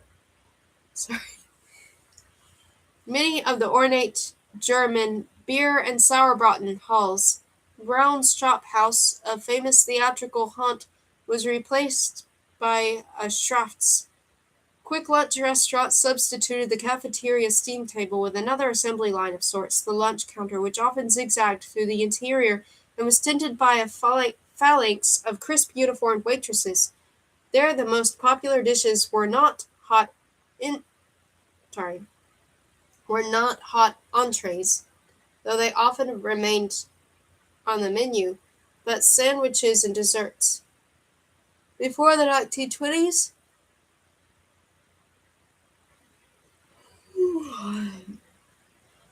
sandwiches were largely confined to picnics and free lunches, and saloons, and with their crust still off delicate accompaniments to afternoon tea. With prohibition in the decades time means money economic boom, office workers turned to sandwiches as the perfect, quick, and inexpensive lunch. In 1926, the writer George John Nathan counted 5,215 sandwich shops in New York City, 726 in Philadelphia, and 30 in Little Altoona, Pennsylvania. Before the 1920s, Nathan claimed that there existed only 8 basic sandwich types: Swiss cheese, ham, sardine, liverwurst, egg, corned beef, roast beef, and tongue. In a few short years, however, the creativity of the sandwich makers had reached unprecedented heights. The sandwich has been brought to a state of variety and virtuosity that has made the standard dishes of the American table seem excessively dull and no longer palatably interesting. There is no taste that the sandwich, in one form or another, cannot gratify. With tongue perhaps slightly in cheek, Nathan claimed that the food had counted 946 different sandwich varieties, stuffed with fillings such as watermelon and pimento, peanut butter, fried oyster, Bermuda onion and parsley, fruit salad, aspic of foie gras, spaghetti, red snapper roe, salmi of duck, bacon and fried egg, lettuce and tomato, spiced beef, chow chow, pickled herring, asparagus tips, deep-sea scallops, and so on ad infinitum. Ad infinitum. Not to be outdone, the Boston writer Joseph Deneen tallied 1,189 kinds of sandwiches, which he called natural byproduct of modern medicine. Modern modern machine civilization. To meet the demand, bakeries began to make special sandwich-shaped loaves, longer with flattened tops, for lunch counters, while engineers raced to perfect bread-cutting machines for quicker and more uniform slices. In 1928, the Chillicothe Baking Company of Missouri began selling the first loaves of pre-sliced bread under the Clean-Made Bread brand. Within a year, bakeries from coast to coast were selling packaged pre-sliced loaves, which were embraced by both lunch counters and housewives as yet another time and labor-saving convenience. With their marble tops and lines of rotating stools, lunch counters were installed not only in quick lunch restaurants, but also in drugstores and cigar stores. Some were shoehorned into the back of corner candy stores. Here you could get a sandwich or a couple of fried eggs off the grill, but the real action was centered around the soda fountain, an apparatus that contained soda water spouts, a row of pump dispensers for all kinds of syrups,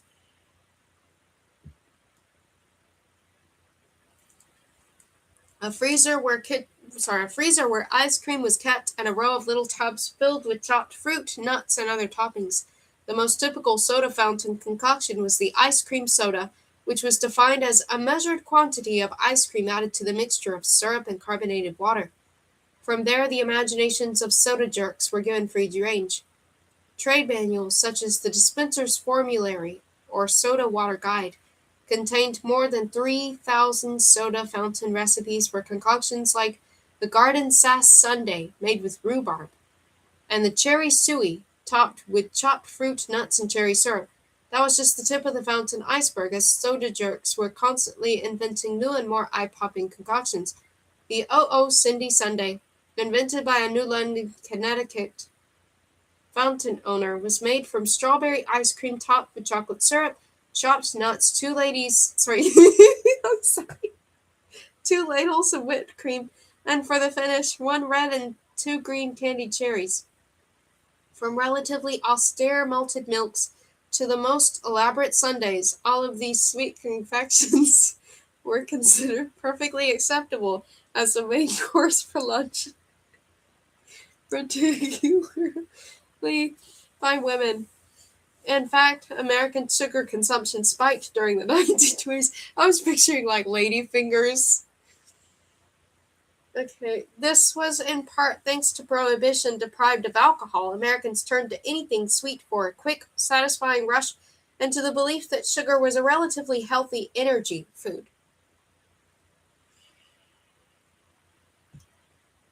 Convenient counter dining at a Los Angeles soda fountain, 1927, Dick Whittington's studio, Corbis. I hope you can see this. I know it's going to be kind of blurry.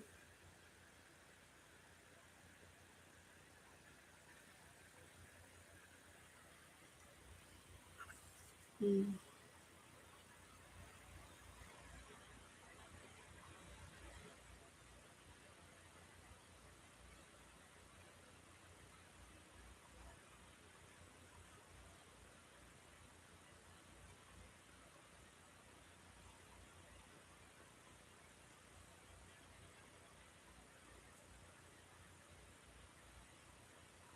See you later, 227 for Brian.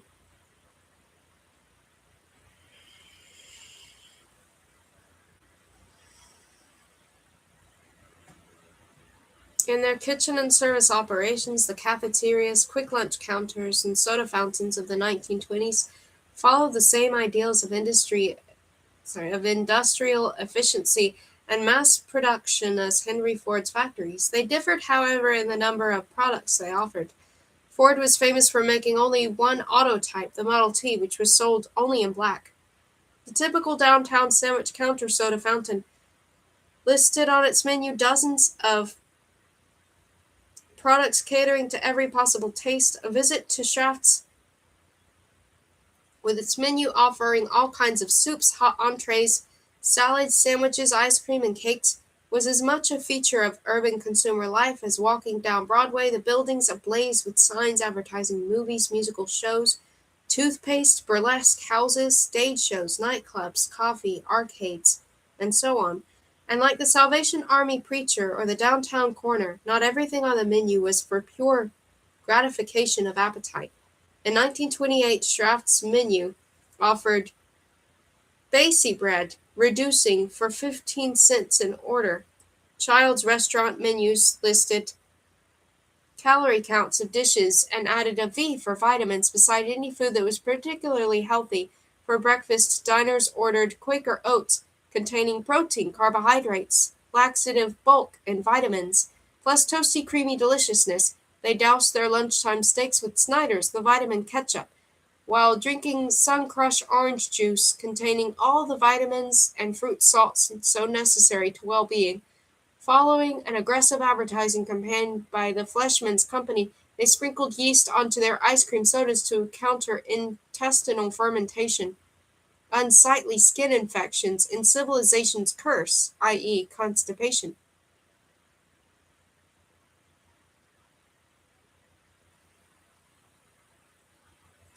Even sugar was considered a health food because it would give you the energy to survive the rest of the afternoon in the stenographer's pool.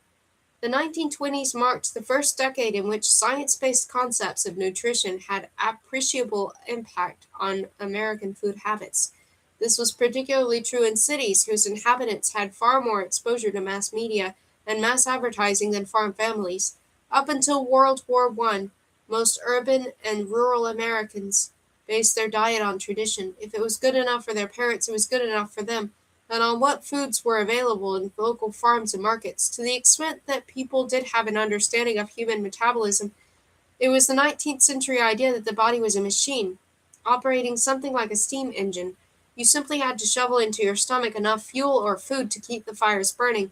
The cutting edge of nutrition science was then in Germany, where chemists had developed the tools to analyze and measure the chemical components of meat, vegetables, grains, and other foods. An American scientist named Wilbur O. Atwater imported that technology to the United States and, beginning in 1895, analyzed hundreds of basic American foodstuffs, including corn, beefsteak, turkey, oysters, and apple pie, to discover exactly how much protein, carbohydrate, fat, water, refuse, fiber, bones, etc., ash, minerals, and calories they contained. Atwater built an experimental chamber called a respiration calorimeter respiration calorimeter, calori,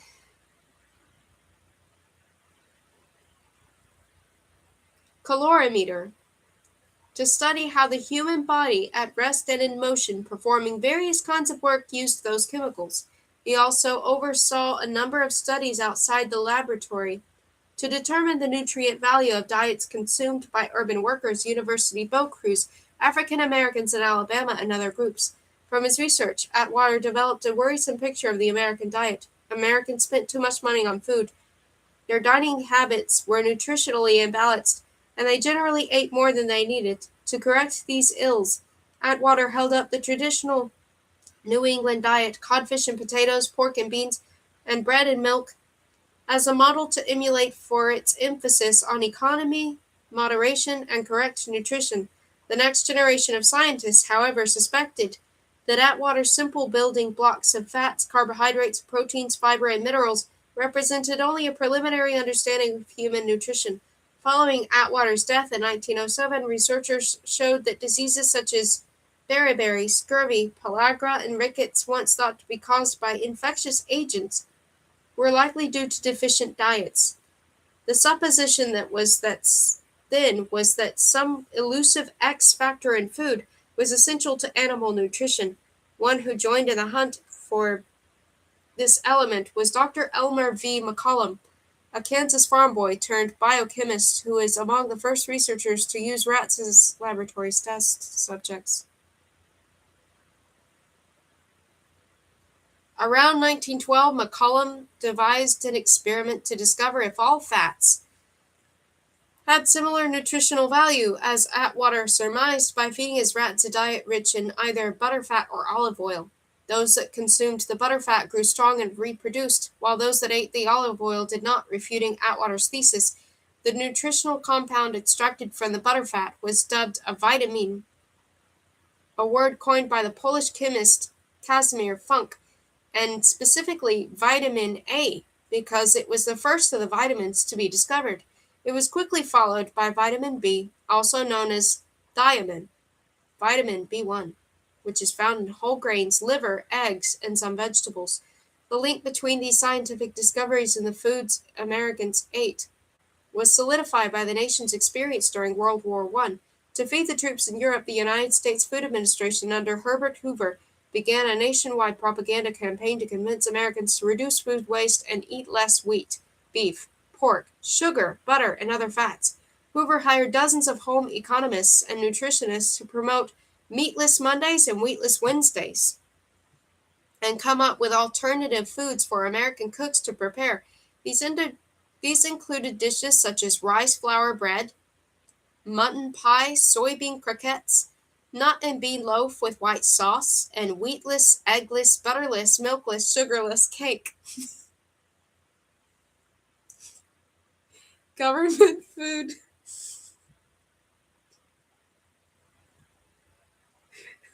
I'm sorry. I'm sorry.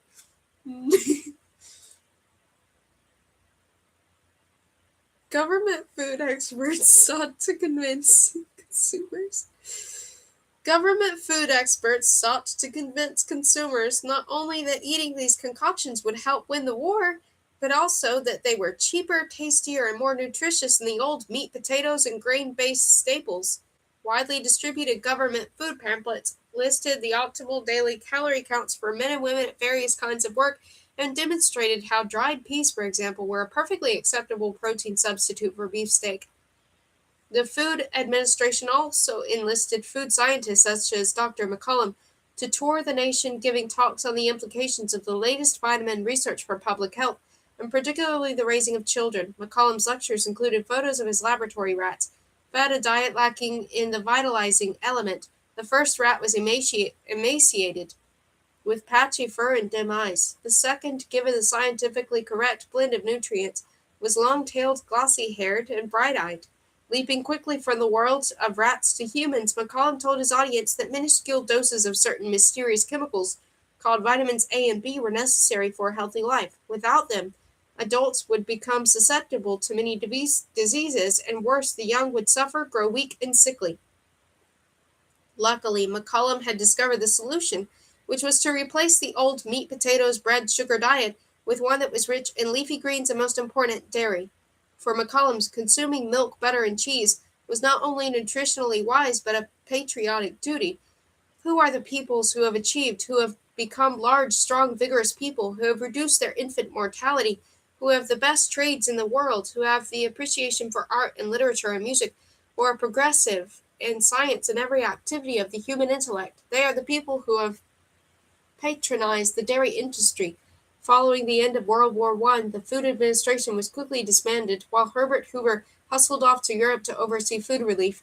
Some food scientists, nutritionists, and home economists moved over to the USDA's Bureau of Home Economics, where they concentrated their work on studies of vitamins, food composition, and diets of various groups. Others returned to their home states to find work in education, magazines, newspapers, restaurants, and food manufacturing.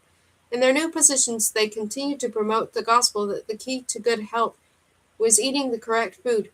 The basis of their argument was the latest scientific research on vitamins, calories, minerals, and the workings of the human digestive system. However, this message was often filtered through other aspects of their work. In science, vegetarians found proof that eating meat was not only unnecessary for human health, but also unnatural. The Borden Company used science as a selling point for its condensed milk made with country milk and pure sugar, which was recommended by doctors for babies who were undernourished, weak, and underweight. The New York Herald Tribune published articles promoting Branzos, a Purina brand product, which contained, according to scientific analysis, valuable minerals for teeth and bone building and phosphorus for the growing and active cells of the vital organs such as liver, brain, and nervous tissues. The result was a multiplicity of voices, from the family doctor to the goateed specialist in the Fleischmann's yeast ad, the newspaper cooking editor and the pamphleteer in the street corner, all claiming to have authoritative answers to the pressing question, what to eat. For those most closely tied to the nutritional establishment, food scientists and home economists affiliated with large research institutions, the solution was the balanced diet, achievable only by consuming the correct quantities of proteins, carbohydrates, fats, minerals, and vitamins. Some of this information came from the Bureau of Home Economics, which after the war published a few pamphlets on food choice and child nutrition. Much more of it was generated by college home economics departments and distributed through home economics classes in both rural and urban schools. Books, newspapers, magazine articles. For example, 1926, Good Housekeeping published an article called Guideposts to Balanced Meals that synthesized scientific consensus on the balanced diet down to 6 easily digested points. Balance your meals for the day as follows. 1. 1 pint of milk a day, as either a beverage or partly in soup, sauces, or desserts. 2. 2 generous servings of non-starchy vegetables such as carrots, lettuce, spinach, string beans, cabbage, beets. At least one of these raw whenever possible. 3. 1 serving of fresh fruit, raw if possible. 4. 1 moderate serving of meat or a meat substitute such as a cheese or egg dish. 5. 1 egg a day in addition to this. 6. To make up the energy requirement for the day, add breads including whole wheat, starchy vegetables such as potatoes and baked beans, cereals including whole grains, desserts, butter, and cream. As a simple yet scientifically based guide to eating for health, this was an ancestor to the federal government's more recent charts featuring various food pyramids and plates. During the 1920s, however, the balanced diet was far from the last word on human nutrition. From radio to newspapers to advertising, the media were filled with self-declared diet experts claiming to have the best answer to the question of what to eat. One strain of this discourse was devoted to the perils of certain food combinations. Balanced diet proponents recommended eating a wide variety of foods. Food combination alarmists claimed this would surely cause injury. According to Dr. William Porter of New York, 90% of all human ailments, apart from disorders incident to old age and acute infections, are due to wrong combination and foolish food selection. One proponent of this theory announced that meat and bread should never be eaten together because their modes of digestion are so different that they are quite incompatible. Another believed that milk, meat, and bread together made the perfect combination. All seem to have agreed that fruits and acid vegetables should be kept as far away from starchy foods as possible. If one made the mistake of eating, say, spaghetti with tomato sauce, the combination would cause fermentation in the digestive tract and inevitably souring of the blood, aka acidosis. Acidosis, a high acid level in the blood, is today usually diagnosed as due to overexercise or pulmonary problems. In 1920s, acidosis was named the culprit for everything from general lack of pep to bouts of vomiting in children. To prevent this scourge, a group called the Defensive Diet League of America handed out a chart showing lists of acid and alkaline forming foods, and advising that the ideal diet should be made of 20% acid foods and 80% alkali foods. Some doctors protested that many cases ascribed to acidosis were probably due to food poisoning, but their voices were lost in the din. Indeed, the 1920s were probably the high point of food fadism in the United States.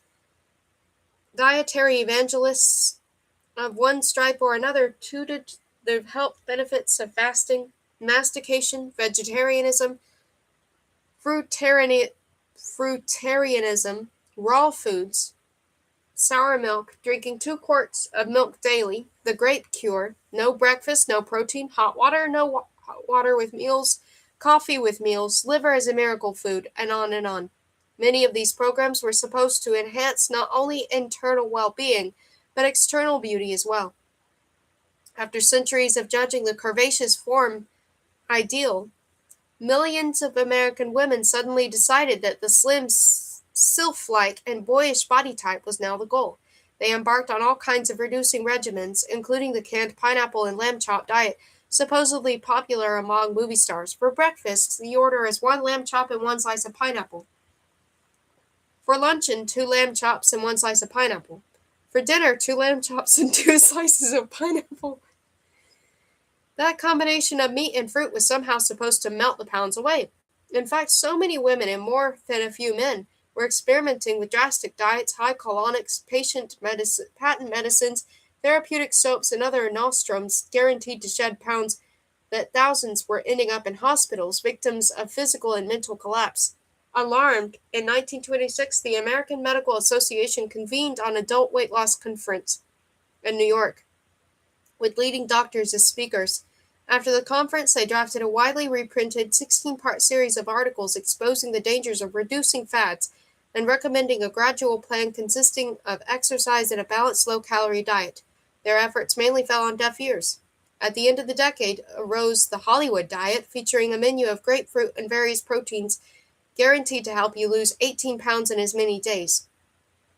Once again, hospitals saw a rise in cases of acidosis, jaundice, anemia, and similar complaints arising from malnutrition and its adherents, and issued a new series of health warnings. Despite the prevalence of trendy diets and new systems of eating, there was a limit to what urban diners would tolerate. One restaurateur who discovered this was William Childs, one of the founders of the Childs Restaurant. In 1889, he and his brother opened their first restaurant in New York City, offering quick service, low prices, spotless sanitation, and simple but filling dishes. By the 1920s, the company had grown to a chain more than 120 restaurants nationwide, serving 52 million meals a year, mainly to office workers, efficiency apartment dwellers, and downtown shoppers. William Childs was a health nut, however, and also a vegetarian who believed that the nation's meat-eating days were numbered.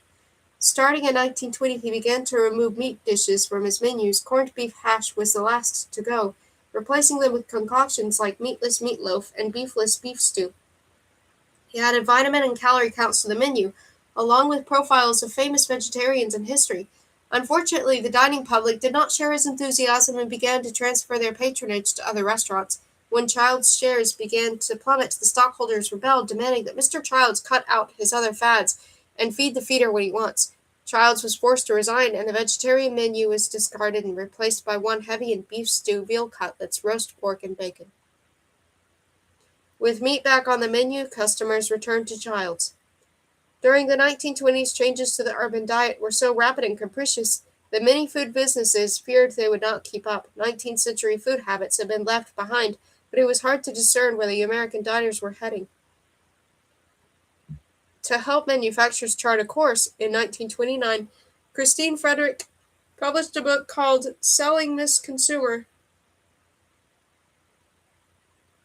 aimed squarely at companies that sold food, appliances, cosmetics, clothes, and furniture to American women. Friedrich, a popular home economics writer and lecturer, dedicated to her book to Herbert Hoover, the newly elected president, had acted as Secretary of Commerce under the President Harding and Coolidge. At Commerce, Hoover had revitalized a moribund department and helped rationalize American business, build new markets, and find hundreds of new ways to measure economic activity. Inspired by his work, Frederick believed that women consumers were a key but often ignored segment of the American economy. Her book aimed to convince businesses of the importance of the women's market and to tell them exactly what kind of dresses, toasters, and foodstuffs women would likely buy. Digging deeply into reams of government statistics, Friedrich attempted to elucidate American dining habits past, present, and future. Her work focused on urban consumers because she believed it was only a matter of time before rural Americans would eat, dress, and furnish their homes the same as city dwellers. At the time, 27% of the average household budget was spent on food versus 13% today. Friedrich noted that consumption of meat, potatoes, and bread, the staples of 19th century America, was dropping, as were sales of poverty staples such as salt pork, salt beef, molasses, and cornmeal. In places of old, heavy, time-consuming, multi-course meals, Americans were now eating fewer courses on lighter foods. They were actually more expensive because they had often been imported from other regions or even overseas. Meals included markedly more fruits and green vegetables, both fresh and canned, more milk and dairy products, and much more sugar, candy, soda, and ice cream. The reasons for these changes included more sedentary lives, fewer servants, more women in the workforce, and a greater emphasis on nutrition and dieting. Unlike their rural counterparts, urban women no longer defined themselves by the quality of their cooking.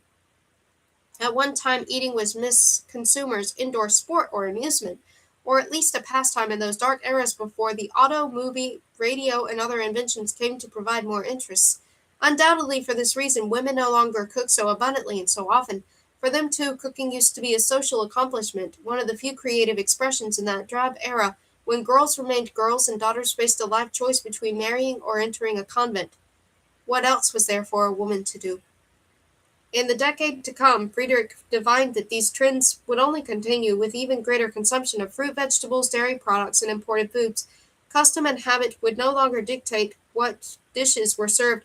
Women would select food for style, which Friedrich defined as related to flavor, novelty, appearance, and unusual modes of service.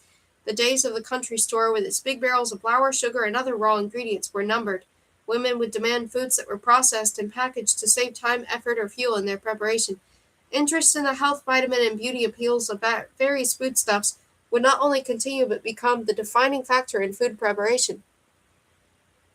In her lectures, Friedrich defined the difference between the past and future of American dining as the difference between cooking and feeding. For her, cooking was one of the primitive arts, going back to the caveman dragging a dead buck back to the cave for its wife to prepare, and she, bending low with constant basting and turning and watching of the fire, gave it undivided attention for hours. This is cooking. In contrast, the housewife of the future would concentrate on feeding, much like the farm girl feeding her prize pig its rations. This girl gave her Buster just precisely so much cornmeal to eat, just so much buttermilk, just so much shorts, carefully measured amounts of consequence. Just so much shorts, carefully measured amounts and kinds of foods at proper intervals. Foods that were selected for definite nutritive value. Her prize pig received rations or a balanced meal and became a prize pig because he was fed, and not merely cooked for. Feeding or not cooking has long been the slogan of the stock raiser desirous of producing a prize pig for any other animals. But it is only very recently that the housewife has learned to feed her family and stop just cooking for it. Feeding implies a knowledge of nutritive values, while cooking implies nothing more than an appeal to taste. The days of cooking, such as practiced by rural homemakers, were numbered. In the future, American families would be fed with nutritive products guaranteed to make children healthier and more vigorous, and housewives slimmer and more beautiful. Any connection to glossy and bright-eyed laboratory rats or pigs being fattened up for the slaughter was presumably coincidental.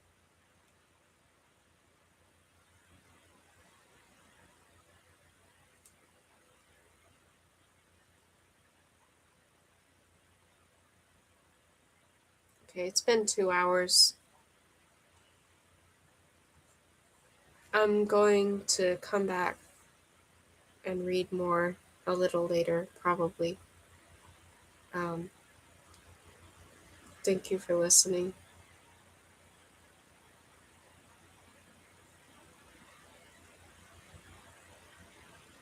I should edit this before I end it. Part 1. Oh.